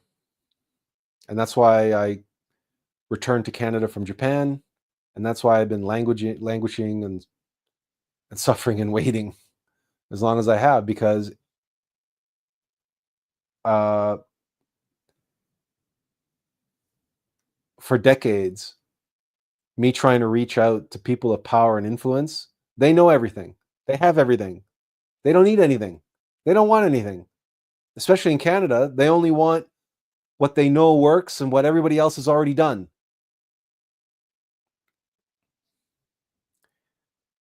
But they can't. They're not thinking like that anymore, because they know we're not going to survive if they keep thinking that way, and if they keep behaving that way and acting that way, and if they keep going through life with their blinders on, if they keep going through life as titans of industry and titans of culture and titans of media and everything else, believing that they know everything and they have everything, they don't need anything. No. They not only know what they are lacking and what they are needing, but they are beginning to be desperate.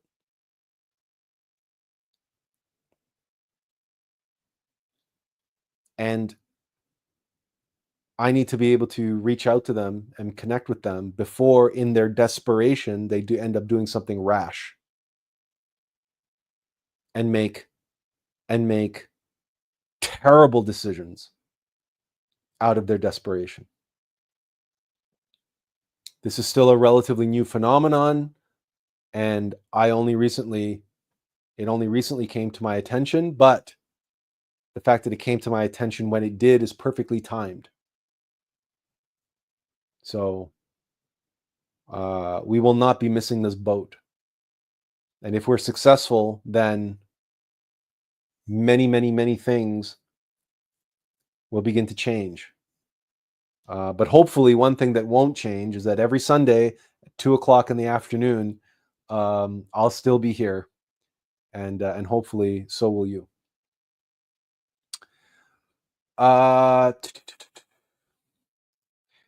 Okay. Kundalini King says, haha, I'm new to Discord as well. I'm lost in it. Honestly, they all suck. And Kundalini says, guess what? We are the movers and shakers. We are the titans, my friend. You know what? In many ways, that's absolutely true. But the same thing applies. Same thing applies. Kundalini King says, submit, contain, enact. And he says, I prefer the Parsifal myth. He says, personally.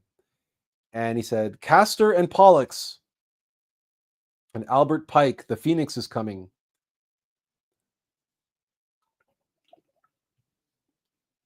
Kundalini King says, North America is the whore of Babylon. The Titans horde our nation out. North America is Turtle Island. If you have not looked into the prophecies, the Hopi prophecies of Turtle Island, you may wish to. And Kundalini King says, they ain't nothing but pimps. And Benjamin Raphael says, when you mention that everything is undergoing transformation and the Titans are panicking, and now with these new discoveries suggesting that the Egyptian pyramids may just be the visible tips of a much larger superstructure, it really feels like the old gods are making their return. Except that I would not be taking those that pyramid stuff very seriously about their just tips of superstructure stuff. I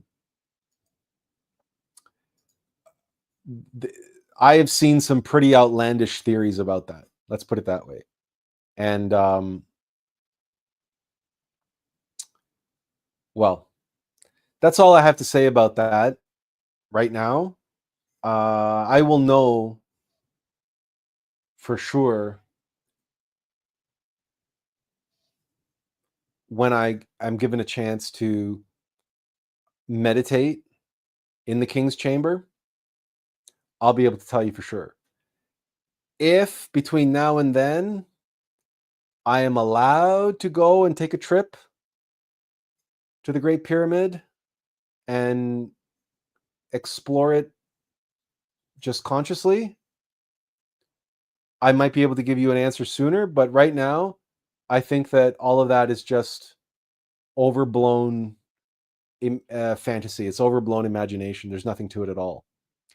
So Benjamin Raphael also says, the rich are wise in their own eyes.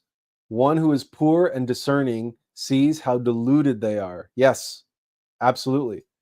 And Kundalini King says, LOL, sorry, I got a tad bit triggered there. it's okay. And he says, yeah, that SAR technology is a load of poopy. All right, then. Look, I hope you had a chance to screenshot this. If not, no worries. If you don't screenshot it, it doesn't matter because it's going to be online, right? There's this, like all the live streams, this is recorded. So you can go back and reference this whenever you want. And is this complete? I don't know if you would say this is complete. It's a good start. It's a damn good start. And there's 7 of them. And I didn't plan that. And isn't it phenomenal that it all fits on one screen? I didn't plan that either. So, screenshot it if you want to. If not, watch it later, screenshot it later, take, whatever. Or just commit it to memory. Or better yet, just meditate on it. And all of this is it's just going to be self-evident. You won't be able to forget it. Especially if you remember this stuff. Especially if you can remember all of this. And you know what? Like, if you can do it on a piece of paper yourself, like follow along in the video and draw it all out for yourself, then you will never forget it. because it's experiential knowledge. This is not intellectual. This is not something you have to memorize. It's something that you do once, and then that's it. That's it. You'll always know. You'll always be able to reproduce it. You'll be able to do it on a napkin in a restaurant for your friends and blow their minds and say, hey, guess what? This is how God creates the universe.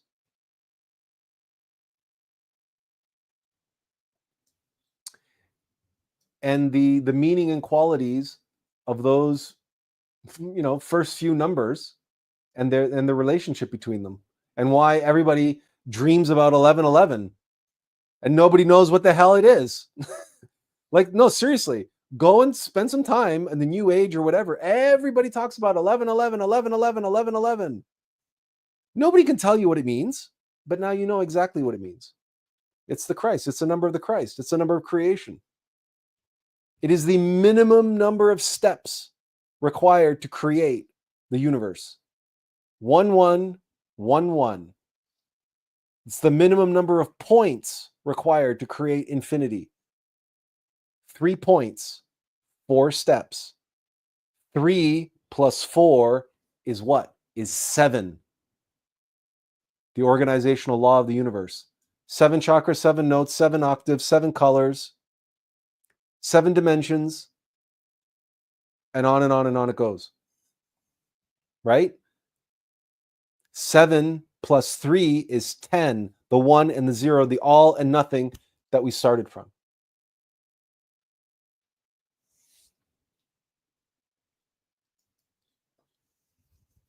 This today is the beginning of something new and exciting. I can feel it. And I hope you can feel it too. And I'm so happy and blessed and grateful that you chose to spend this Sunday here with me. Now, a little housekeeping.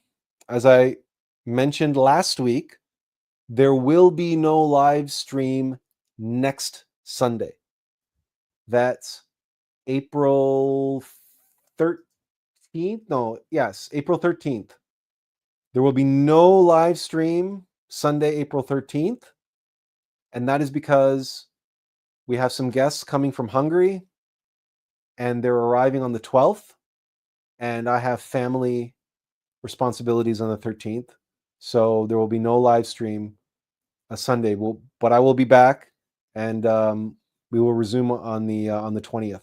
So it's just next week. I will make a post on Facebook reminding you that Sunday live stream is canceled. So, but we'll see you hopefully again on the 20th. Tiffany says, I want to go to the pyramids with a shovel myself. I'd have to see that for real dough. And Kundalini King says, welcome to the Atlas Institute. We just flow. You're not too far off on that, by the way. But maybe I'll have more to share on that in the future. So for now, I'll just say, Kundalini King, your intuition is bang on there. And Kundalini King says, it is what it is. Yes, it is. It is what it is. I am that I am. Aheye, Aheye, Asher, Aheye. The holy name of God. All right, everyone. I'll give you about 2 or 3 more minutes if you want to say goodbye or make another comment or have a passing whatever wave or or ask another question too. It's whatever you like. I'll give you a couple minutes to type, and then we'll call it a day. And I'll see you in 2 weeks' time. I hope you guys have an excellent 2 weeks. We're going to be coming up on Easter as well, so there's that. Tiffany says, off subject, I received an invite of Instagram from you. Was that actually you?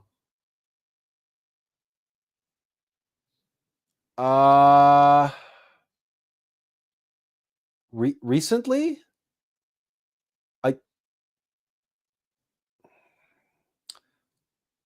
I'm not sure. Was it like what you received it from who? From Attlas or from Attila, or because I have a couple of different accounts.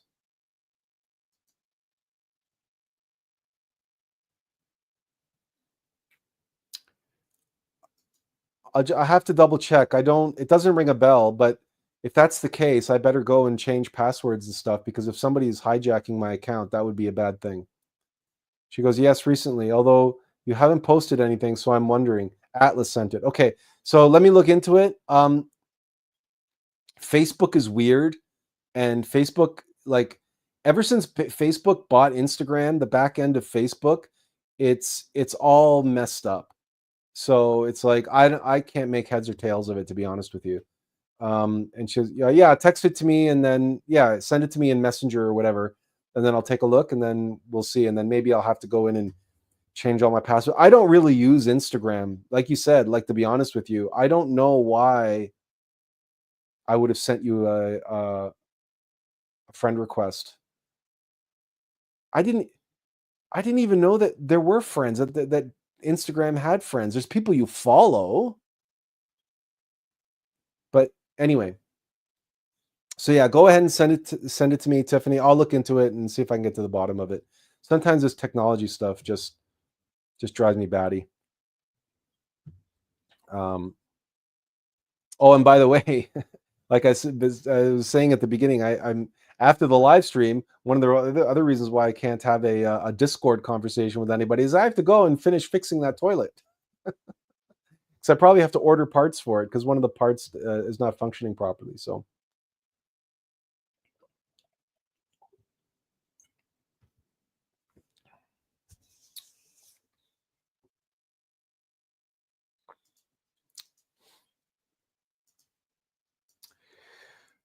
All right. Okay. So thanks for that, Tiffany. And like I said, I'll look into that. Anybody have any more questions or comments? If not, again, I want to thank you from the bottom of my heart for you spending your Sunday afternoon here with me and listening to, hopefully, what is at last the beginnings of the rest of my life and the rest of my work. So remember, no live stream next week. I'll see you in 2 weeks' time. Have a great 2 weeks. And until next time, as always, take care and inventional peace. Excuse me, inventional peace. And